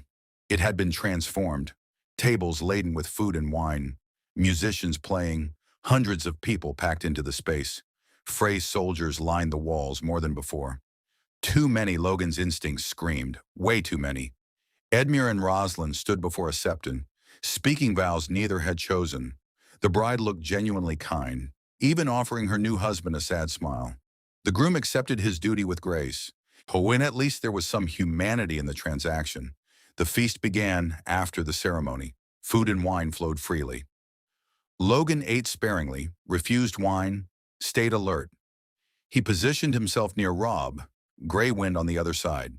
The direwolf hadn't touched his food, just watched the crowd with predatory focus. Musicians played a cheerful tune. Couples danced. Walder Frey sat at the high table, smiling like a satisfied cat. Everything appeared normal, but Logan's enhanced hearing picked up whispers from the Frey soldiers. Fragments of conversation that didn't fit a wedding. When the song ends, make sure the wolf dies first. Lannister gold is already spent. No backing out now. Logan's blood ran cold. He turned to Robb, voice urgent but quiet. We need to leave. Now. What? The feast just... It's a trap, Logan hissed. Oh, when I can hear them planning something. When the song ends, they're going to... The musicians changed songs. Not cheerful anymore. Dark, ominous. A song Logan didn't recognize, but that made Grey Wind leap to his feet, snarling. And Logan smelled it. The sharp tang of chainmail hidden under clothing. The distinctive scent of drawn steel. The Lannisters send their regards, someone shouted. The doors slammed shut. Frey soldiers drew weapons, and the red wedding began. Logan's claws were out before the first crossbow bolt flew. Snicked. Time seemed to slow, his enhanced senses processing everything at once. Archers in the gallery above, soldiers blocking exits. Walder Frey's satisfied smirk, Catelyn's scream of horror, and Robb's face, shock, betrayal, understanding arriving too late. Ere a crossbow bolt meant for Robb's heart hit Logan's shoulder instead as he shoved the young king down. The bolt punched through muscle and bone, lodged near his spine. Logan grunted, reached back, yanked it out. The wound began healing immediately, flesh knitting around the shaft's path. Treachery, Robb shouted, drawing his sword. You violate guest right. The gods will curse you. Let them, Walder cackled from behind a wall of guards. The Lannisters pay better than gods. Chaos erupted. Northern soldiers reached for weapons they'd been asked to leave in the armory, a show of trust that now meant death. Frey's soldiers fell upon them with swords and axes. Unarmed men died quickly, throats cut, bellies opened, blood spraying across the feast tables. Grey Wind leaped at the nearest attacker, 600 pounds of direwolf fury. His jaws closed around a soldier's throat, tearing it out. The wolf moved like lightning, killing with the efficiency Logan recognized in himself, a predator unleashed. Logan put himself between Robb and the advancing soldiers. 3 men charged him with spears. He batted the first spear aside with his claws, the adamantium shearing through the wooden shaft like paper. The second spear took him in the gut. Would have been fatal for anyone else. Logan grabbed it, pulled the wielder close, and his claws punched through the man's chest. The third spearman tried to run. Logan's claws opened his back from shoulder to hip. "Get to the door," Logan roared at Robb. "I'll clear a path." But there was no clear path. Frey's soldiers poured in from every entrance, a coordinated massacre. This wasn't improvised. This had been planned down to the last detail. How many guards at each door? Which Northerners to target first? When to spring the trap? Tywin Lannister's gold and Walder Frey's ambition had choreographed a dance of death. Catelyn grabbed a knife from the table, held it to the throat of Walder's young wife, a girl barely 16. "Call it off," she screamed. "Call it off or I'll kill her." Walder barely glanced at his wife. "I'll find another. I've got spares." The girl whimpered. Catelyn's hands shook, and Logan knew she wouldn't do it, couldn't do it. Killing an innocent to make a point wasn't in her nature. That was the difference between people like her and people like Walder. Mercy was a luxury the cruel exploited. A sword slashed at Robb's back. Logan intercepted it with his claws, the steel shattering against adamantium. He spun. He kicked the swordsman in the chest hard enough to cave in his ribs. Another attacker came from the left. Logan's claws took off his sword arm at the elbow. But there were too many. For every one Logan killed, 2 more took their place. And they were focusing on Robb now, realizing the stranger was too dangerous to engage. If they could just get past Logan, just land one good blow on the young wolf. An arrow hit Robb in the shoulder. He stumbled, went to one knee. Grey Wind tried to reach him but was surrounded by soldiers with spears, keeping the direwolf at bay. The wolf fought like a demon, but even supernatural predators could be overwhelmed by numbers. Logan roared, a sound more animal than human, and threw himself at the soldiers surrounding Robb. His claws were a blur of metal and blood, carving through armor and flesh. He took a dozen wounds, swords through his ribs, an axe in his back, spears in his legs. Each time he healed, kept fighting, kept killing. But healing cost energy. Even Logan's enhanced metabolism had limits, and they were learning, going for killing blows that would slow his healing factor, drowning him in wounds faster than he could recover. A massive man emerged from the crowd, 6.5 feet tall, built like a bull, wearing Frey colors but moving like a trained killer. He carried a great sword and had the confidence of someone who'd never lost a fight. "Black Walder," someone whispered. Walder Frey's most dangerous grandson, a knight who'd earned his reputation through brutality. Black Walder swung his greatsword at Logan's neck. Logan blocked with crossed claws, the impact sending shockwaves up his arms. The big man was strong, preternaturally so. Logan pushed back, kicked at Black Walder's knee. The knight shifted, brought his sword around in a reverse grip, and slammed the pommel into Logan's face. Stars exploded across Logan's vision. His nose broke, cheekbone fractured. He healed it in seconds, but Black Walder was already following up, great sword coming down like a guillotine blade. Logan rolled aside, the sword crashing into the stone floor hard enough to throw sparks. He came up slashing, claws aimed at Black Walder's throat. The knight wore a gorget, steel collar protecting his neck. Logan's claws scraped across it, adamantium shrieking against steel. "Interesting," Black Walder said, circling. "You're hard to kill, but everyone dies eventually." "Not me," Logan growled. "I'm the best there is at what I do." He feinted left. Harry went right, claws aiming for the gap between Black Walder's breastplate and pauldron. The knight was fast, faster than someone his size should be, blocking with the flat of his sword. Metal screamed against metal. Logan pressed the attack, all 2 centuries of combat experience compressed into a fury of strikes designed to overwhelm. But it gave the other soldiers an opening. While Logan was focused on Black Walder, they went after Robb. The young wolf fought with skill and courage, his sword dancing, gray wind fighting at his side. But arrows kept hitting him, shoulder, leg, side. He was bleeding from a dozen wounds, slowing down, and they knew it. They were bringing him down like wolves bringing down a stag. "No!" Catelyn screamed. She did it. The thing Logan knew she'd regret forever. The knife drew across the young wife's throat. Sheer blood sprayed. The girl gurgled, collapsed. Catelyn stared at her blood-covered hands in horror. Walder Frey laughed. "Foolish woman! Did you think I'd trade one of mine for one of yours?" A crossbow bolt hit Catelyn in the chest. She fell. "Mother!" Robb tried to reach her, but soldiers surrounded him. Gray wind lunged, jaws closing around a soldier's arm. Another spear punched into the direwolf's side. The wolf yelped, a sound of pain that cut through the chaos, but kept fighting. Logan saw it happening in slow motion. Robb taking another arrow, stumbling. Soldiers closing in. Black Walder disengaging from Logan, moving toward the young wolf with greatsword raised for an execution blow. Logan made a choice. He stopped trying to fight defensively, stopped trying to minimize casualties. He let the berserker rage take over, that animal fury he'd spent decades learning to control. The Wolverine, not the man. The weapon Weapon X had created, not the hero the X-Men had tried to make him. He became death. Logan tore through the Frey soldiers like they were paper. Claws flashing faster than eyes could follow, moving with inhuman speed and ferocity. He didn't just kill, he obliterated. Arms severed, heads taken off, torsos open from groin to throat. Blood covered the floor, made it slippery. Bodies piled up, and still Logan kept killing, a whirlwind of adamantium and rage that couldn't be stopped. Black Walder turned to face this new threat, but Logan was already there. His claws punched through the knight's breastplate like it was tin foil, through the ribs beneath, through the heart.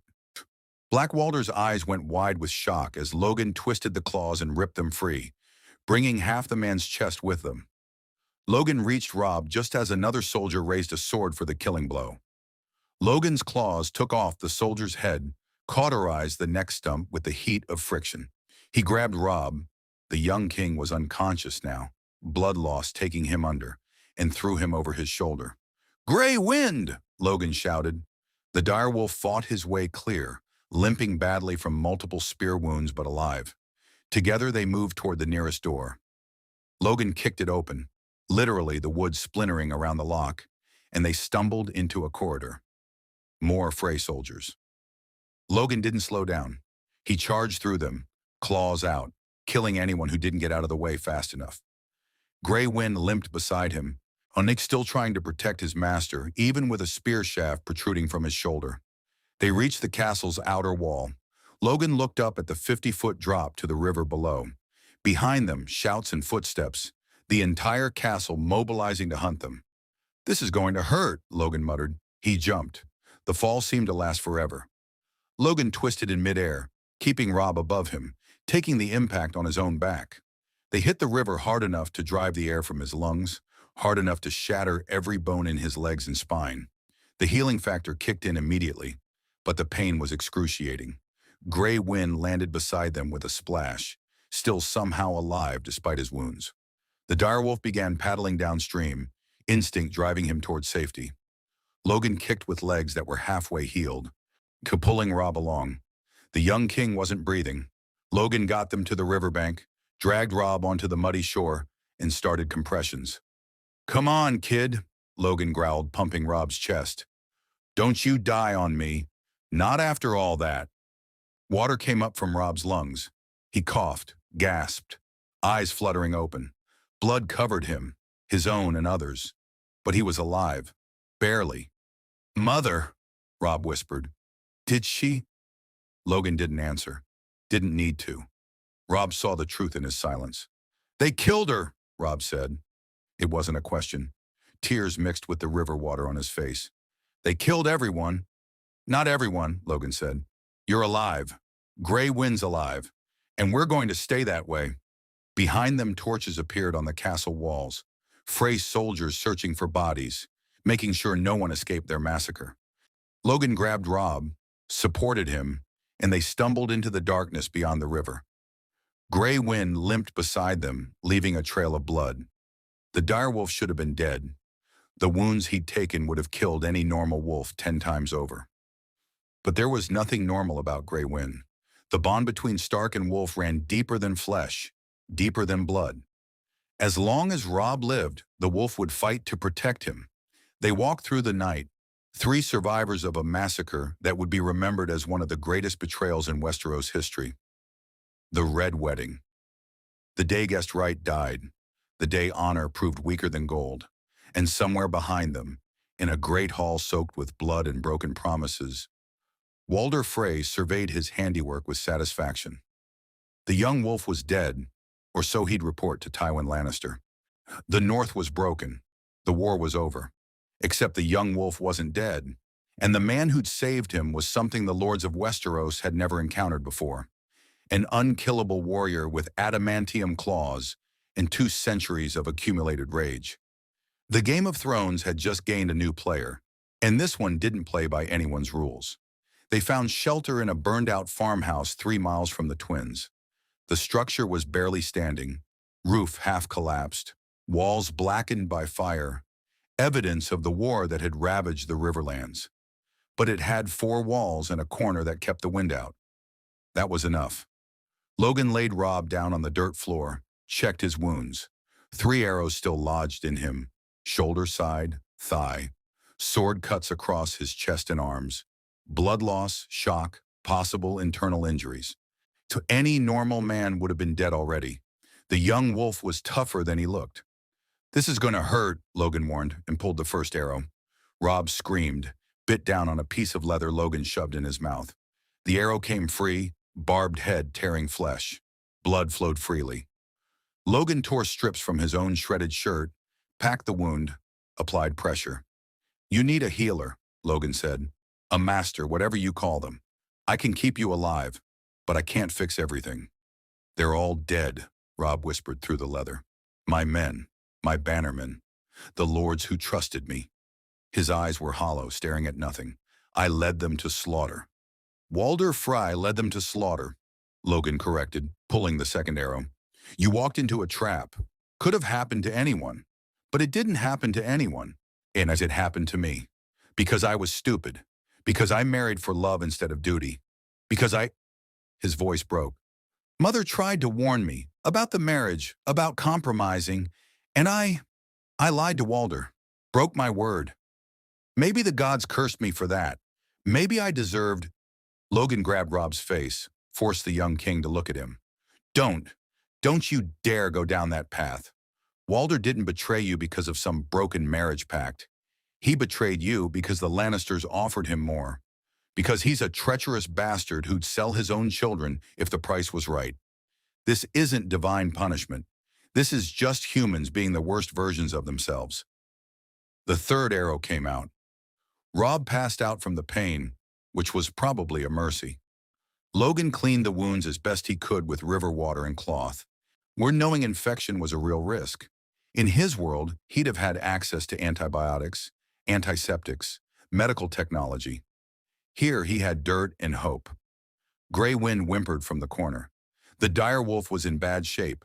6 spear wounds, maybe some internal damage.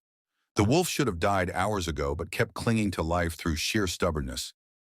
Logan recognized that kind of stubbornness. He'd survived on it plenty of times himself. He moved to the wolf, examined the wounds. Easy, boy. I'm trying to help. Grey Wind's golden eyes met his. There was intelligence there, more than any animal should have. Some kind of mystical bond between the Stark children and their wolves, Bran had mentioned. Made sense. This world had magic, had dragons and White Walkers and gods that might actually exist. A supernatural wolf didn't seem that strange by comparison. Logan pulled the spear shafts out one by one, working by moonlight filtering through the ruined roof. Each extraction made Grey Wind shudder, But the wolf didn't snap or bite, just endured, the way soldiers endured field surgery before anesthesia was invented. "You're a tough bastard," Logan said quietly, packing the wolf's wounds with moss and cloth. "Just like your master. Both of you too stubborn to die when you're supposed to." He sat back exhausted. The healing factor compensated for a lot, but it didn't eliminate fatigue entirely. He'd healed from maybe 50 serious wounds tonight, killed upwards of 100 men, and carried a wounded king through 3 miles of hostile territory. Even his enhanced metabolism had limits. The night dragged on. Logan kept watch, listening for pursuit. The phrase would be searching, probably already were. They'd want to make sure the young wolf was dead, would want to present his body to Tywin Lannister as proof of their loyalty. When they didn't find it in the river, they'd expand the search. Robb woke near dawn, fever-bright eyes finding Logan in the darkness. "Am I going to die?" "Not if I can help it," Logan said. "But you need better medical attention than I can provide. We need to find your army, what's left of it, get you to safety." "My army?" Robb laughed bitterly. "The lords who were with me at the Twins are dead. The men camped outside probably scattered when they heard what happened. The North," he closed his eyes. "The North is lost. Winterfell fell months ago. My brothers are dead or missing. My sisters are hostages. Oh, my mother is—" He couldn't finish. Logan had seen this before. Soldiers who'd lost everything, who couldn't see a reason to keep fighting. Some gave up, let death take them. Others found something, anger, revenge, duty, to keep them moving forward. "What about your wife?" Logan asked. "Talisa, right? She's alive, waiting for you." Robb's eyes opened. "She was at Riverrun, safe, I hope. Unless the phrase sent word. Unless the Lannisters—" Fear crept into his voice. "Logan, if they know about her, if they use her against me—" "Then we get to her first," Logan said. "We survive, we regroup, and we figure out what comes next. But right now, your only job is to stay alive. Everything else is secondary." "Why?" Robb asked. "Why did you save me? You could have run, could have escaped easily without dragging me along. Yet you owe me nothing." Logan considered the question. Why had he saved Robb? He told himself he was staying neutral, and that this wasn't his war. But when the moment came, he'd made a choice. Same choice he always made when it came down to it. Protect the people who couldn't protect themselves. "Because you're a good kid in a bad situation," Logan said finally. "Because you remind me of people I've known, people I've lost. Because maybe, just maybe, you're worth saving." He met Robb's eyes. "And because fuck Walder Frey. Nobody violates hospitality like that and gets away with it. Not while I'm breathing." A ghost of a smile crossed Robb's face. "You're planning revenge." "Damn right I am. After we get you safe, after we make sure your wife is secure, after we've dealt with the immediate threats, yeah, I'm going back to the Twins. And I'm going to show that old bastard what happens when you cross the Wolverine." "The Wolverine?" "What they call me back home, because I'm small, vicious, and too stupid to know when I'm beaten." Robb's smile widened slightly. "I think I'm beginning to understand why Grey Wind accepted you so quickly." They rested through the day, hiding in the ruined farmhouse. Logan ventured out once to scout, using his enhanced senses to detect any Frey patrols. He found evidence of them. Boot prints, horse tracks, the lingering scent of men who'd been searching the area hours before. But they'd moved on, expanding their search radius. The Freys probably assumed anyone who escaped was long gone by now. Logan also found food, wild rabbits he caught with his bare hands, some edible plants he recognized from similar species in his world. Not much, but enough to keep them from starving. He brought it back, cooked the rabbits over a small fire he kept contained, and smokeless through careful management. Robb ate mechanically, no appetite but understanding he needed strength. Grey Wind managed to eat some meat, which Logan took as a good sign. If the wolf was eating, his body was still fighting, still trying to heal.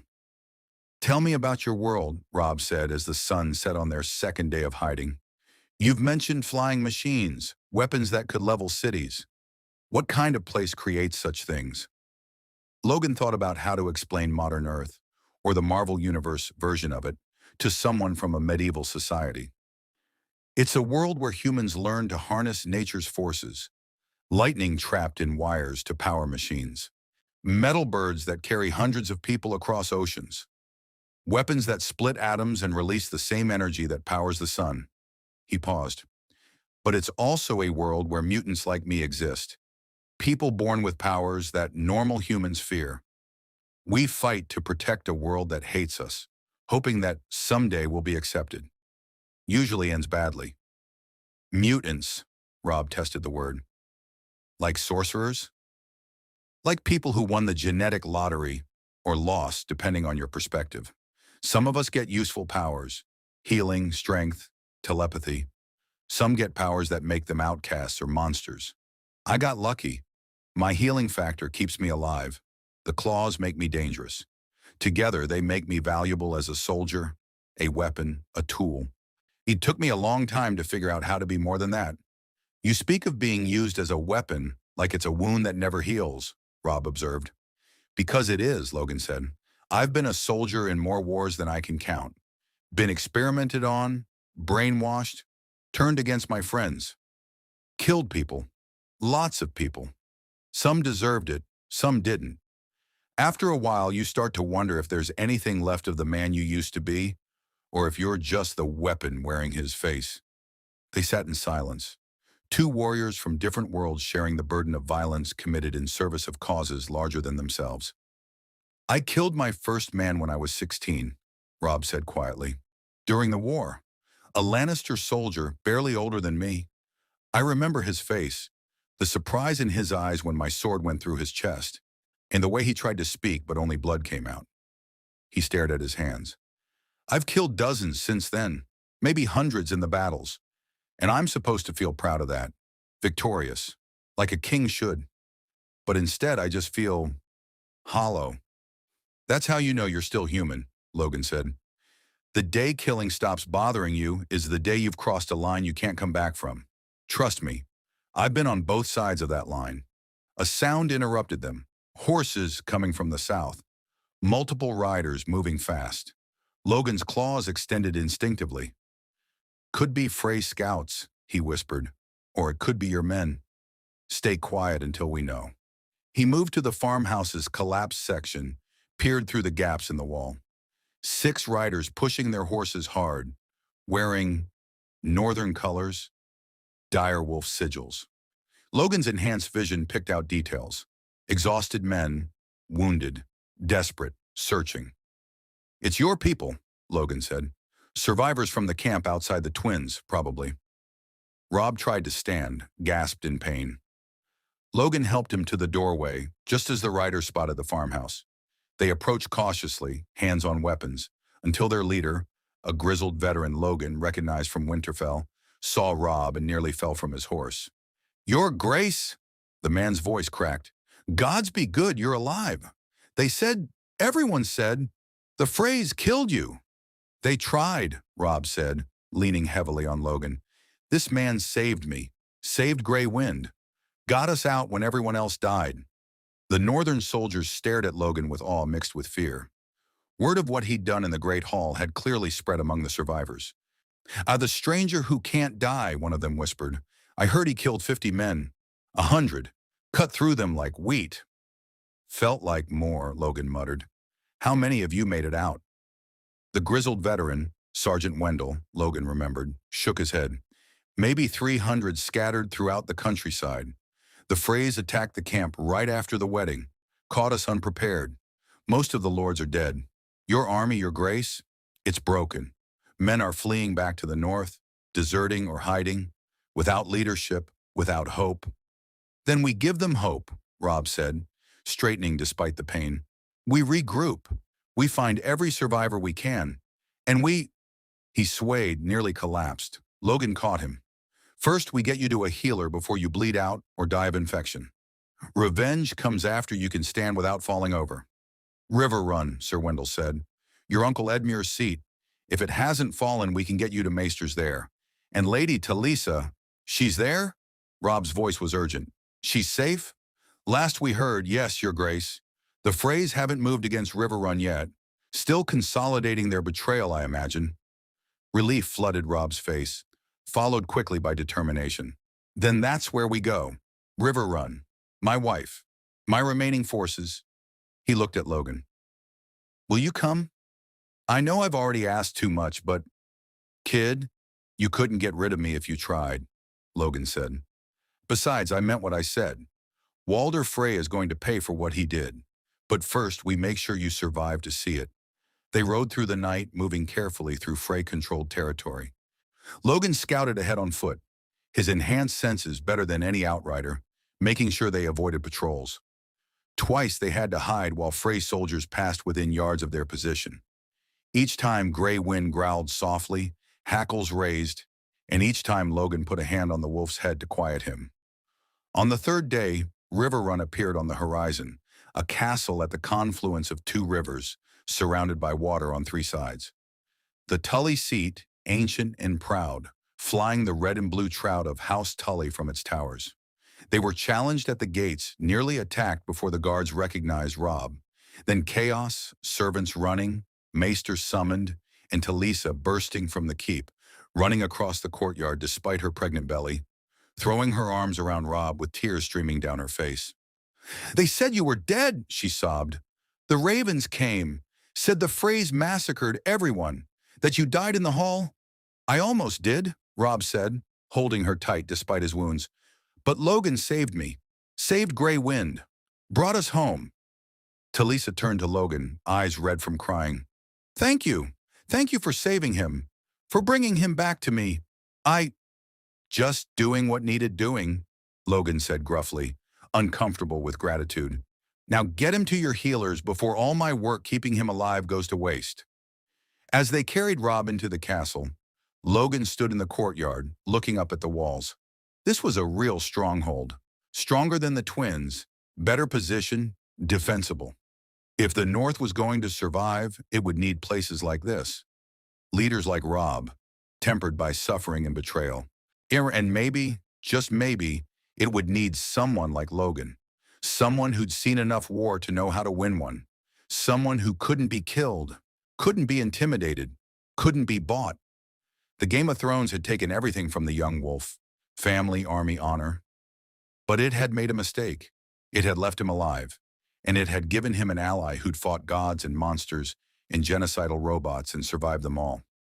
Westeros was about to learn that some wolves couldn't be killed, and some men refused to die no matter how many times you tried. Winter was coming, and with it, vengeance. Riverrun became a fortress of last hopes. In the weeks following the Red Wedding, survivors trickled in. Northern soldiers who'd escaped the massacre, lords' sons carrying news of their fathers' deaths, small folk fleeing Frey retribution. Each arrival brought fresh tales of horror, the Freys parading northern heads on pikes, the Lannisters declaring the war over. Walder Frey elevated to Lord Paramount of the Trident for his service. Logan watched Rob transform during those weeks. The boy who'd ridden to the twins died in that great hall. What emerged from the maester's care was something harder, colder, a king who'd learned that honor without pragmatism was just elaborate suicide. We need to rebuild, Rob said at a war council 2 weeks after their arrival.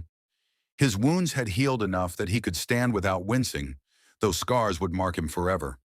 Around the table sat what remained of his command, Sir Wendell, a handful of northern lords who'd been away from the twins, Edmure Tully who'd escaped during the chaos, and Logan. The North still has armies, and Winterfell may have fallen, but the mountain clans remain loyal. The Karstarks, the Umbers, the Mormonts. The Karstarks rode home after you executed their lord, Sir Wendell interrupted gently. The Umbers are trapped beyond the twins. The Mormonts sent everything they had. Your Grace, I don't mean to be defeatist, but we're looking at maybe 1,500 men total.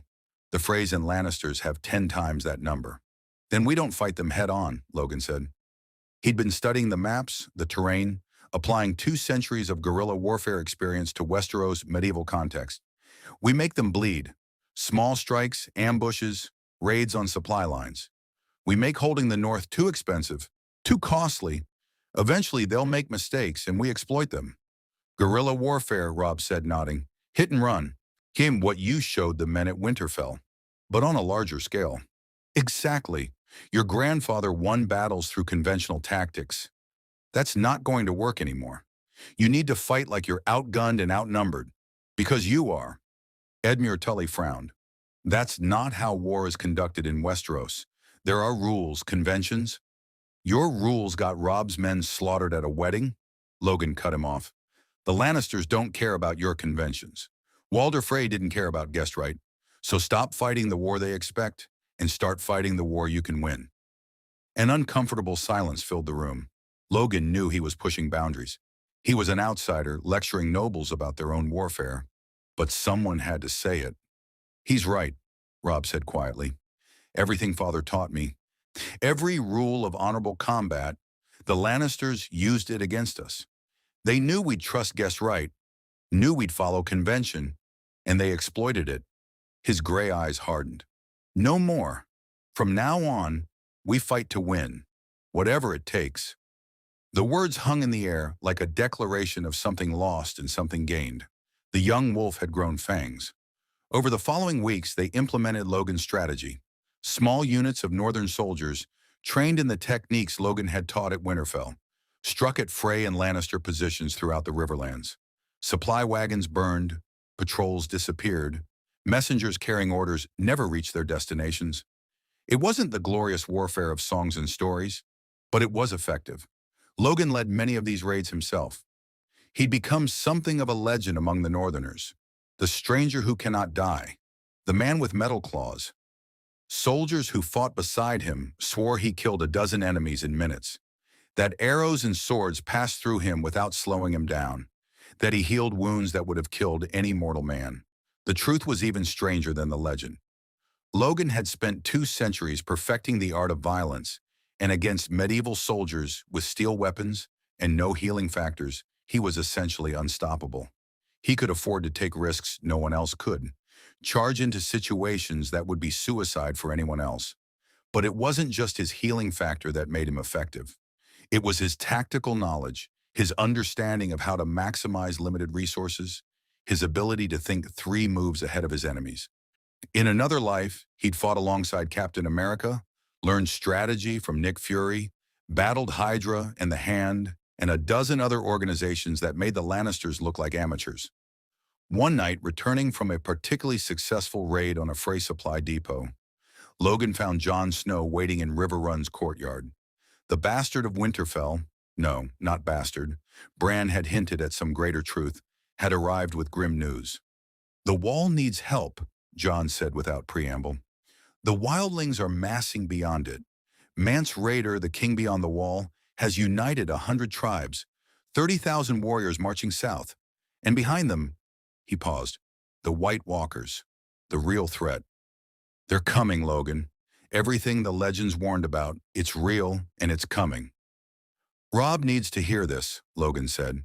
One, they found the young king in his solar, reviewing reports with Talisa beside him. Her pregnancy was showing now, a visible promise of continuation despite everything they'd lost. She looked up as they entered, smiled at Jon with genuine warmth. Brother, Robb said, standing to embrace Jon. Gods, it's good to see you.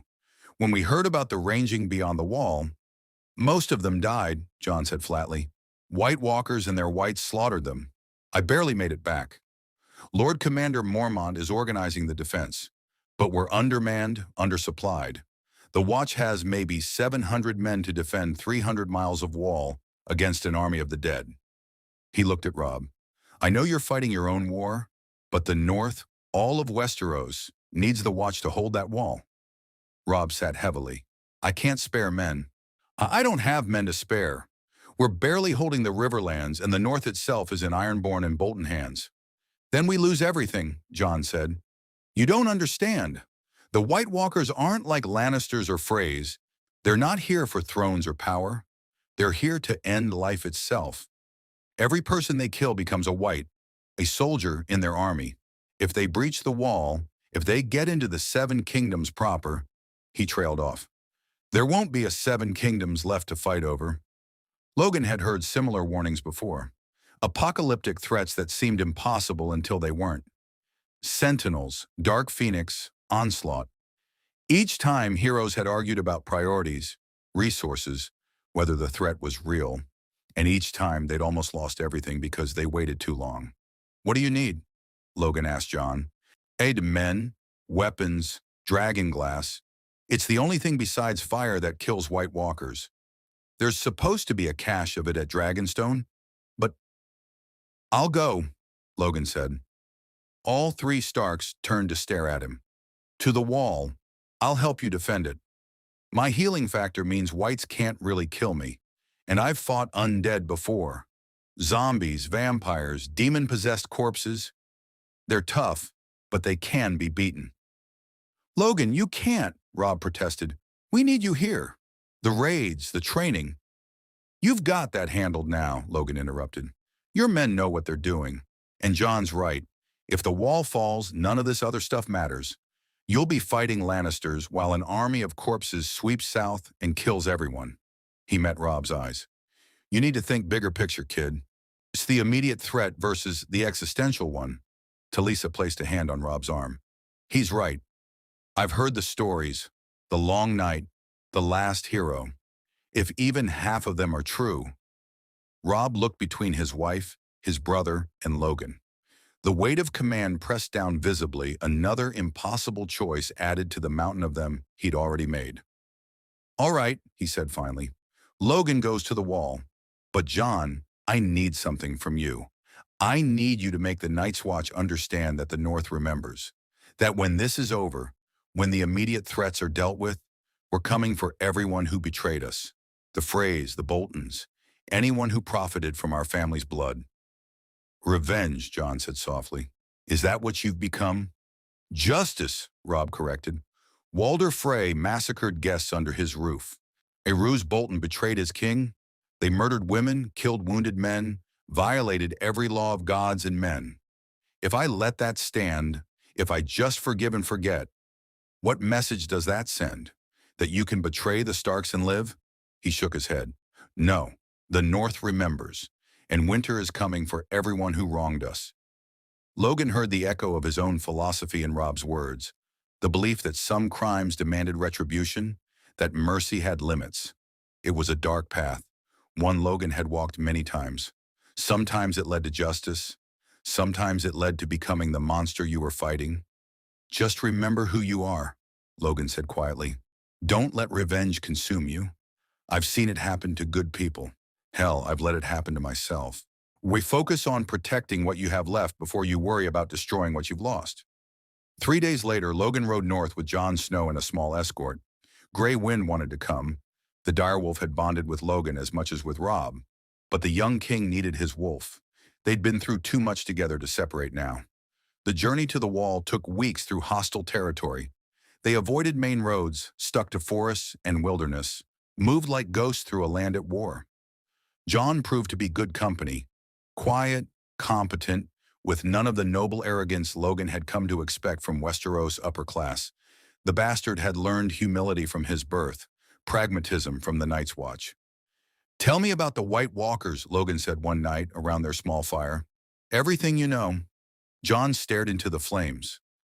"They're ancient, older than the wall, older than recorded history. The first men fought them during the long night, a winter that lasted a generation. The White Walkers led armies of the dead, killing everything they touched. It took the last hero and the children of the forest working together to drive them back. The wall was built to keep them out, reinforced with magic." He paused. "But magic fades. The spells are weakening, and they're coming back. What do they want? No one knows. Maybe they don't want anything. Maybe they're just entropy, death incarnate, the opposite of life, come to balance the scales." Logan thought about that. He'd fought cosmic entities before, being so alien that concepts like want or need didn't apply.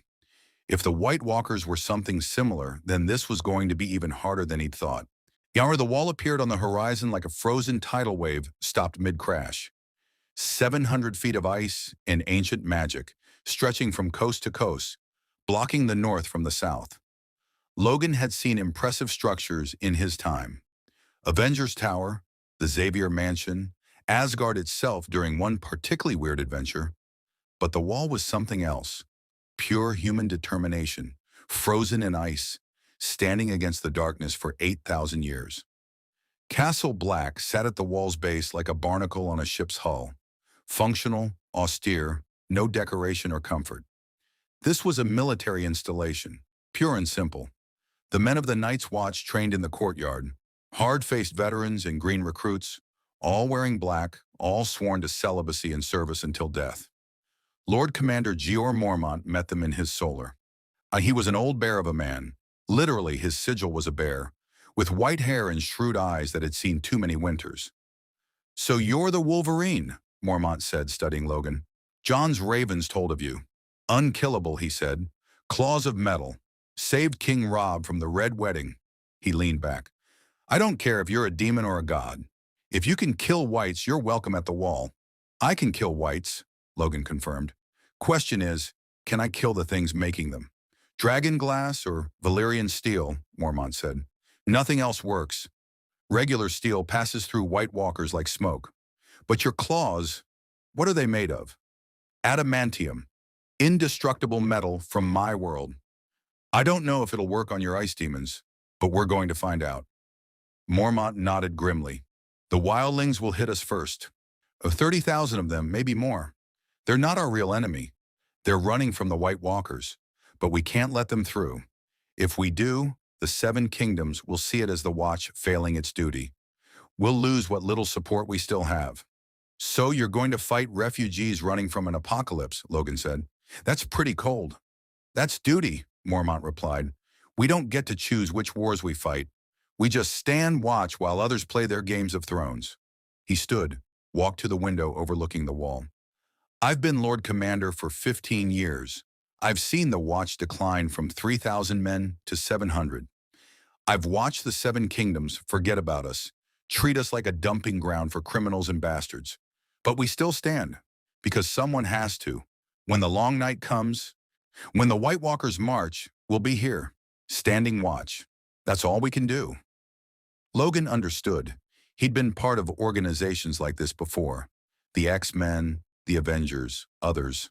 Groups that stood between humanity and extinction, largely unappreciated, often hated but necessary. Someone had to be the shield. Might as well be the ones crazy enough to volunteer.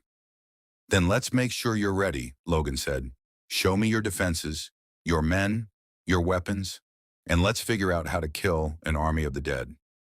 Training the Night's Watch was different from training Robb's northern soldiers.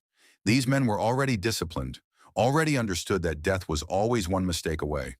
What they needed was technique, tactics, ways to maximize their effectiveness against supernatural enemies.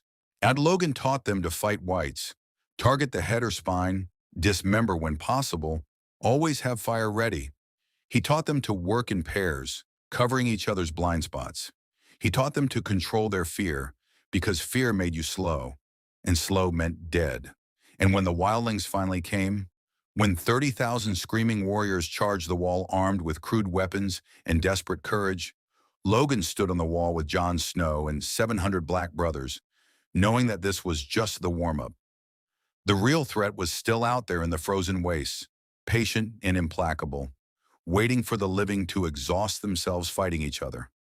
The battle that followed would be remembered in song, 700 against 30,000, the Night's Watch holding impossible odds. But Logan knew the truth.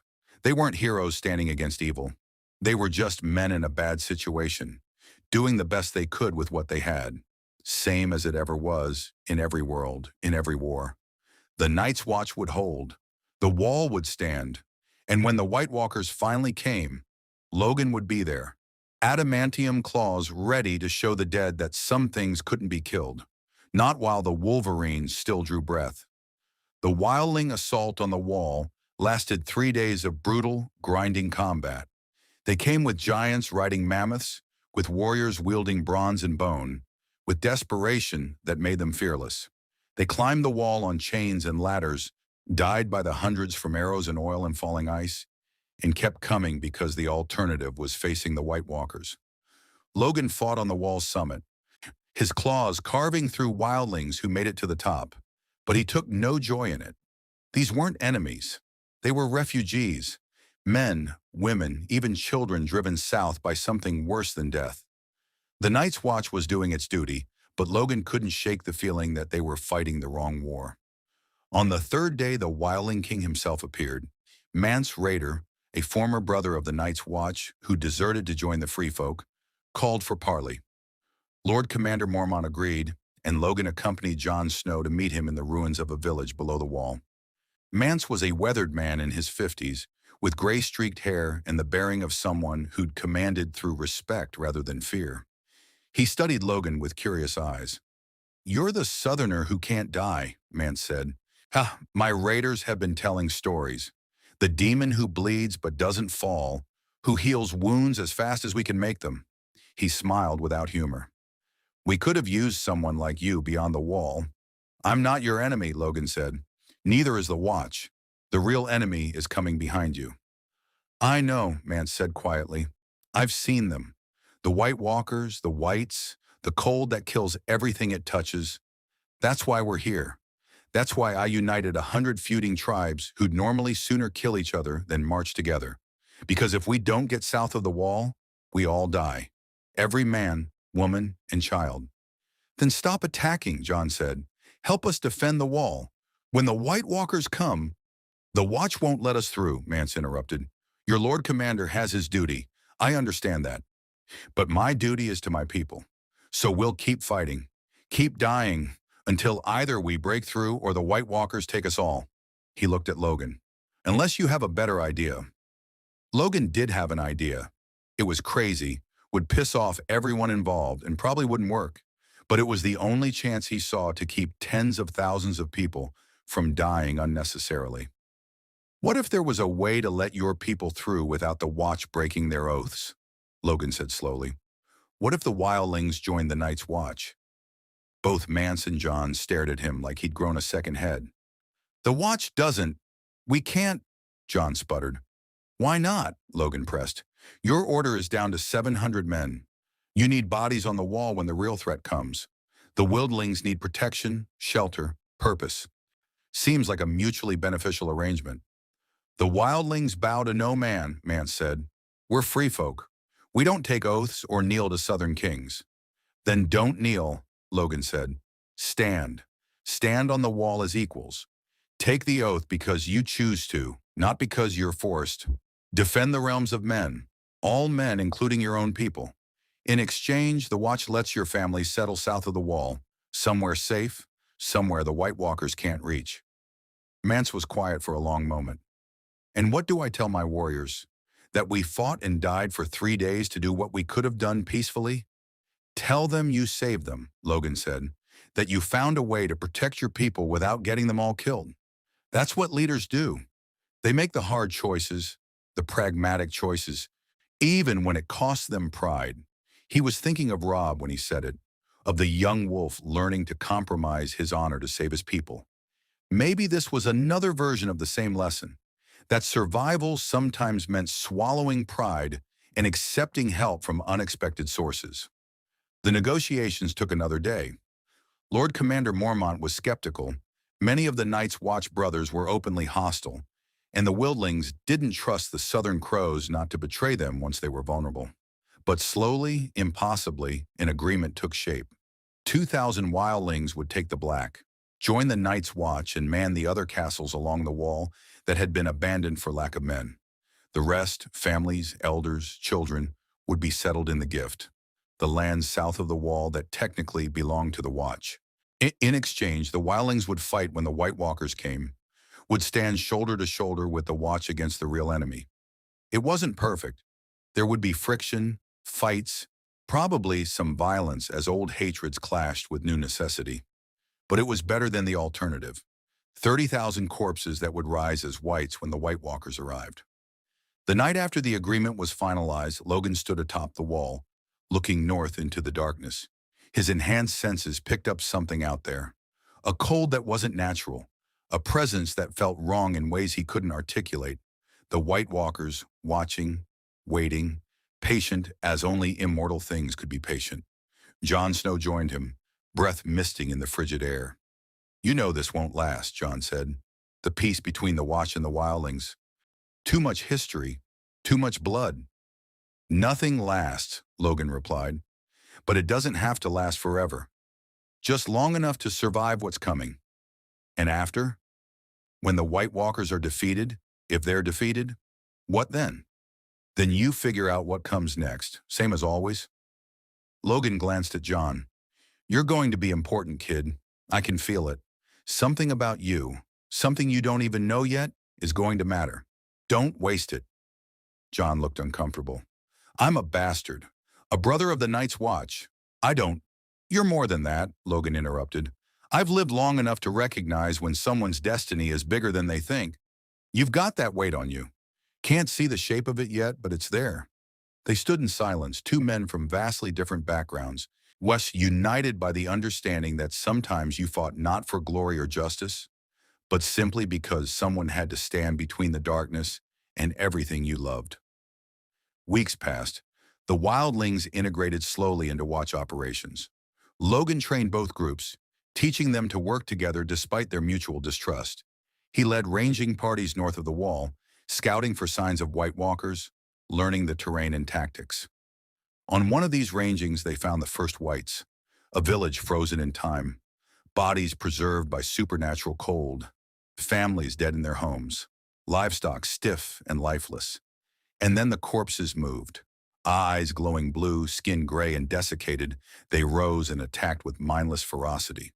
Logan's claws punched through their chests, but they kept coming until he targeted their heads or spines. Fire worked better. One of the rangers had a torch, and the Whites burned like kindling soaked in oil. But there were dozens of them, and only 6 rangers. 2 men died before they could retreat. Logan held the rear, his healing factor letting him wade into the mass of Whites with reckless aggression. Adamantium carved through frozen flesh and ancient bone, and slowly they learned the truth. Whites could be killed. It just took precision, fire, and a willingness to get close enough to do the job. The White Walker appeared as they were falling back, tall, gaunt, with ice-blue skin and eyes that held nothing human. It wore armor made of ice that seemed to shift and flow like water, and it carried a sword of frozen crystal. Logan faced it alone, claws extended. Let's see what you got, Snowman. The White Walker moved with inhuman grace, its ice sword whistling through the air. Logan dodged, struck back with his claws. Adamantium met crystalline ice, and for the first time in decades, Logan felt his claws catch, resist. The ice sword was strong, not as strong as adamantium, but close enough to matter. They fought in the frozen village, 2 preternatural beings testing each other. The White Walker was fast, skilled, but it fought with the confidence of something that had never been truly challenged. Logan had been fighting for 200 years against enemies that made this ice demon look slow. He feinted left, went right, and his claws punched through the White Walker's chest. The creature looked down in surprise, its first real emotion, as cracks spread through its frozen body. Then it shattered, exploding into 1,000 shards of ice that melted into mist. The remaining Whites collapsed like puppets with cut strings.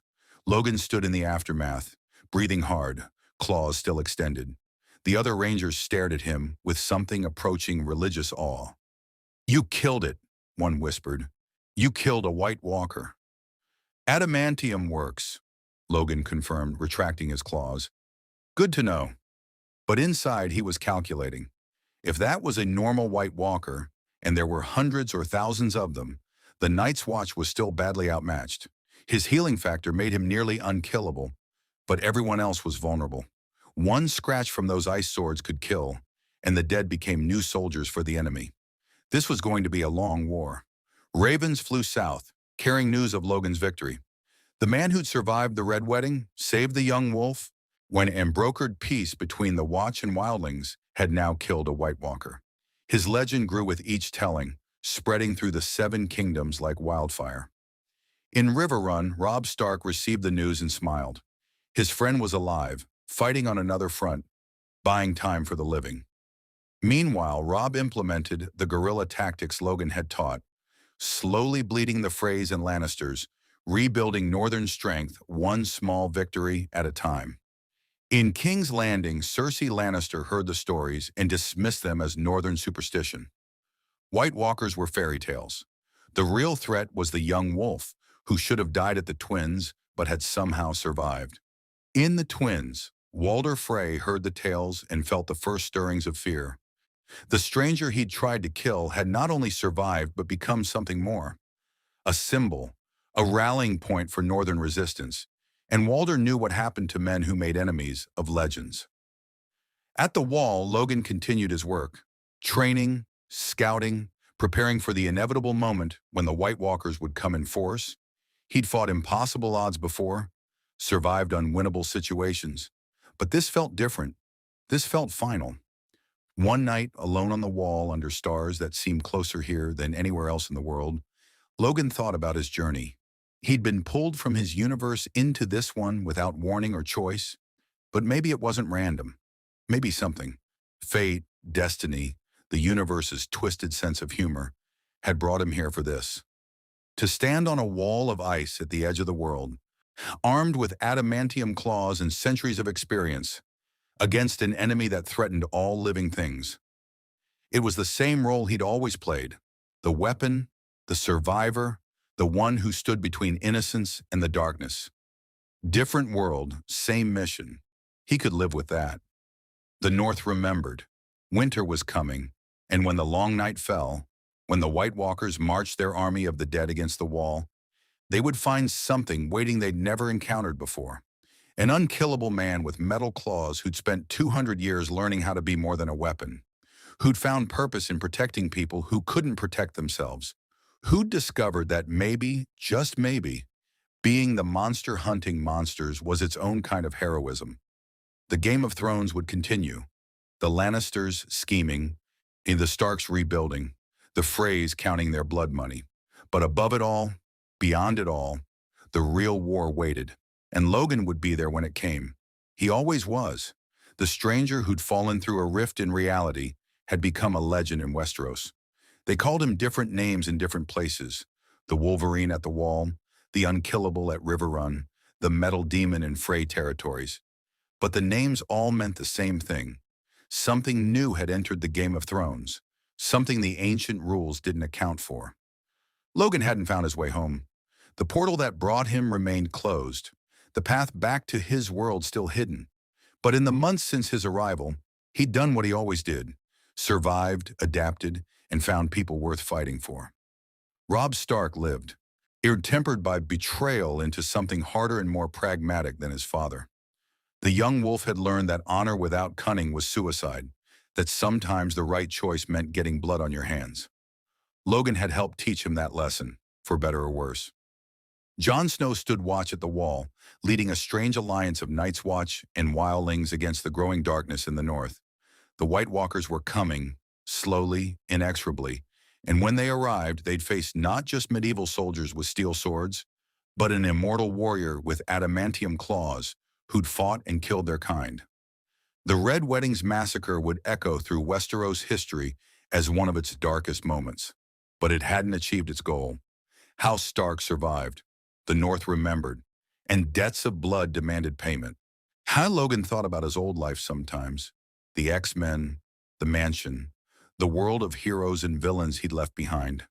He wondered if they missed him, if they were searching, if Reed Richards or Dr. Strange had noticed the dimensional anomaly that swallowed one of Earth's most persistent survivors. But mostly he focused on the present, on training men to fight whites, on helping Robb plan his eventual vengeance against the Freys, on standing watch against threats both political and supernatural. In a world of ice and fire, where winter came bearing death and kings played games with people's lives, Logan had found his purpose. Same as it ever was, in every world, in every war. Be the weapon that protected the innocent. Be the shield between the weak and those who'd hurt them. Be the monster that hunted worse monsters. The Game of Thrones would play out its bloody conclusion. Alliances would shift. Crowns would change hands. Armies would rise and fall. But through it all, standing watch on a wall of ice, or fighting alongside the young wolf, or hunting Freys through the Riverlands, there would be Logan. Unkillable, unstoppable, unwilling to give up as long as there were people worth saving and enemies worth stopping. Winter was coming. The White Walkers marched. The Game of Thrones ground on in its endless cycle of betrayal and bloodshed, and the Wolverine was exactly where he needed to be.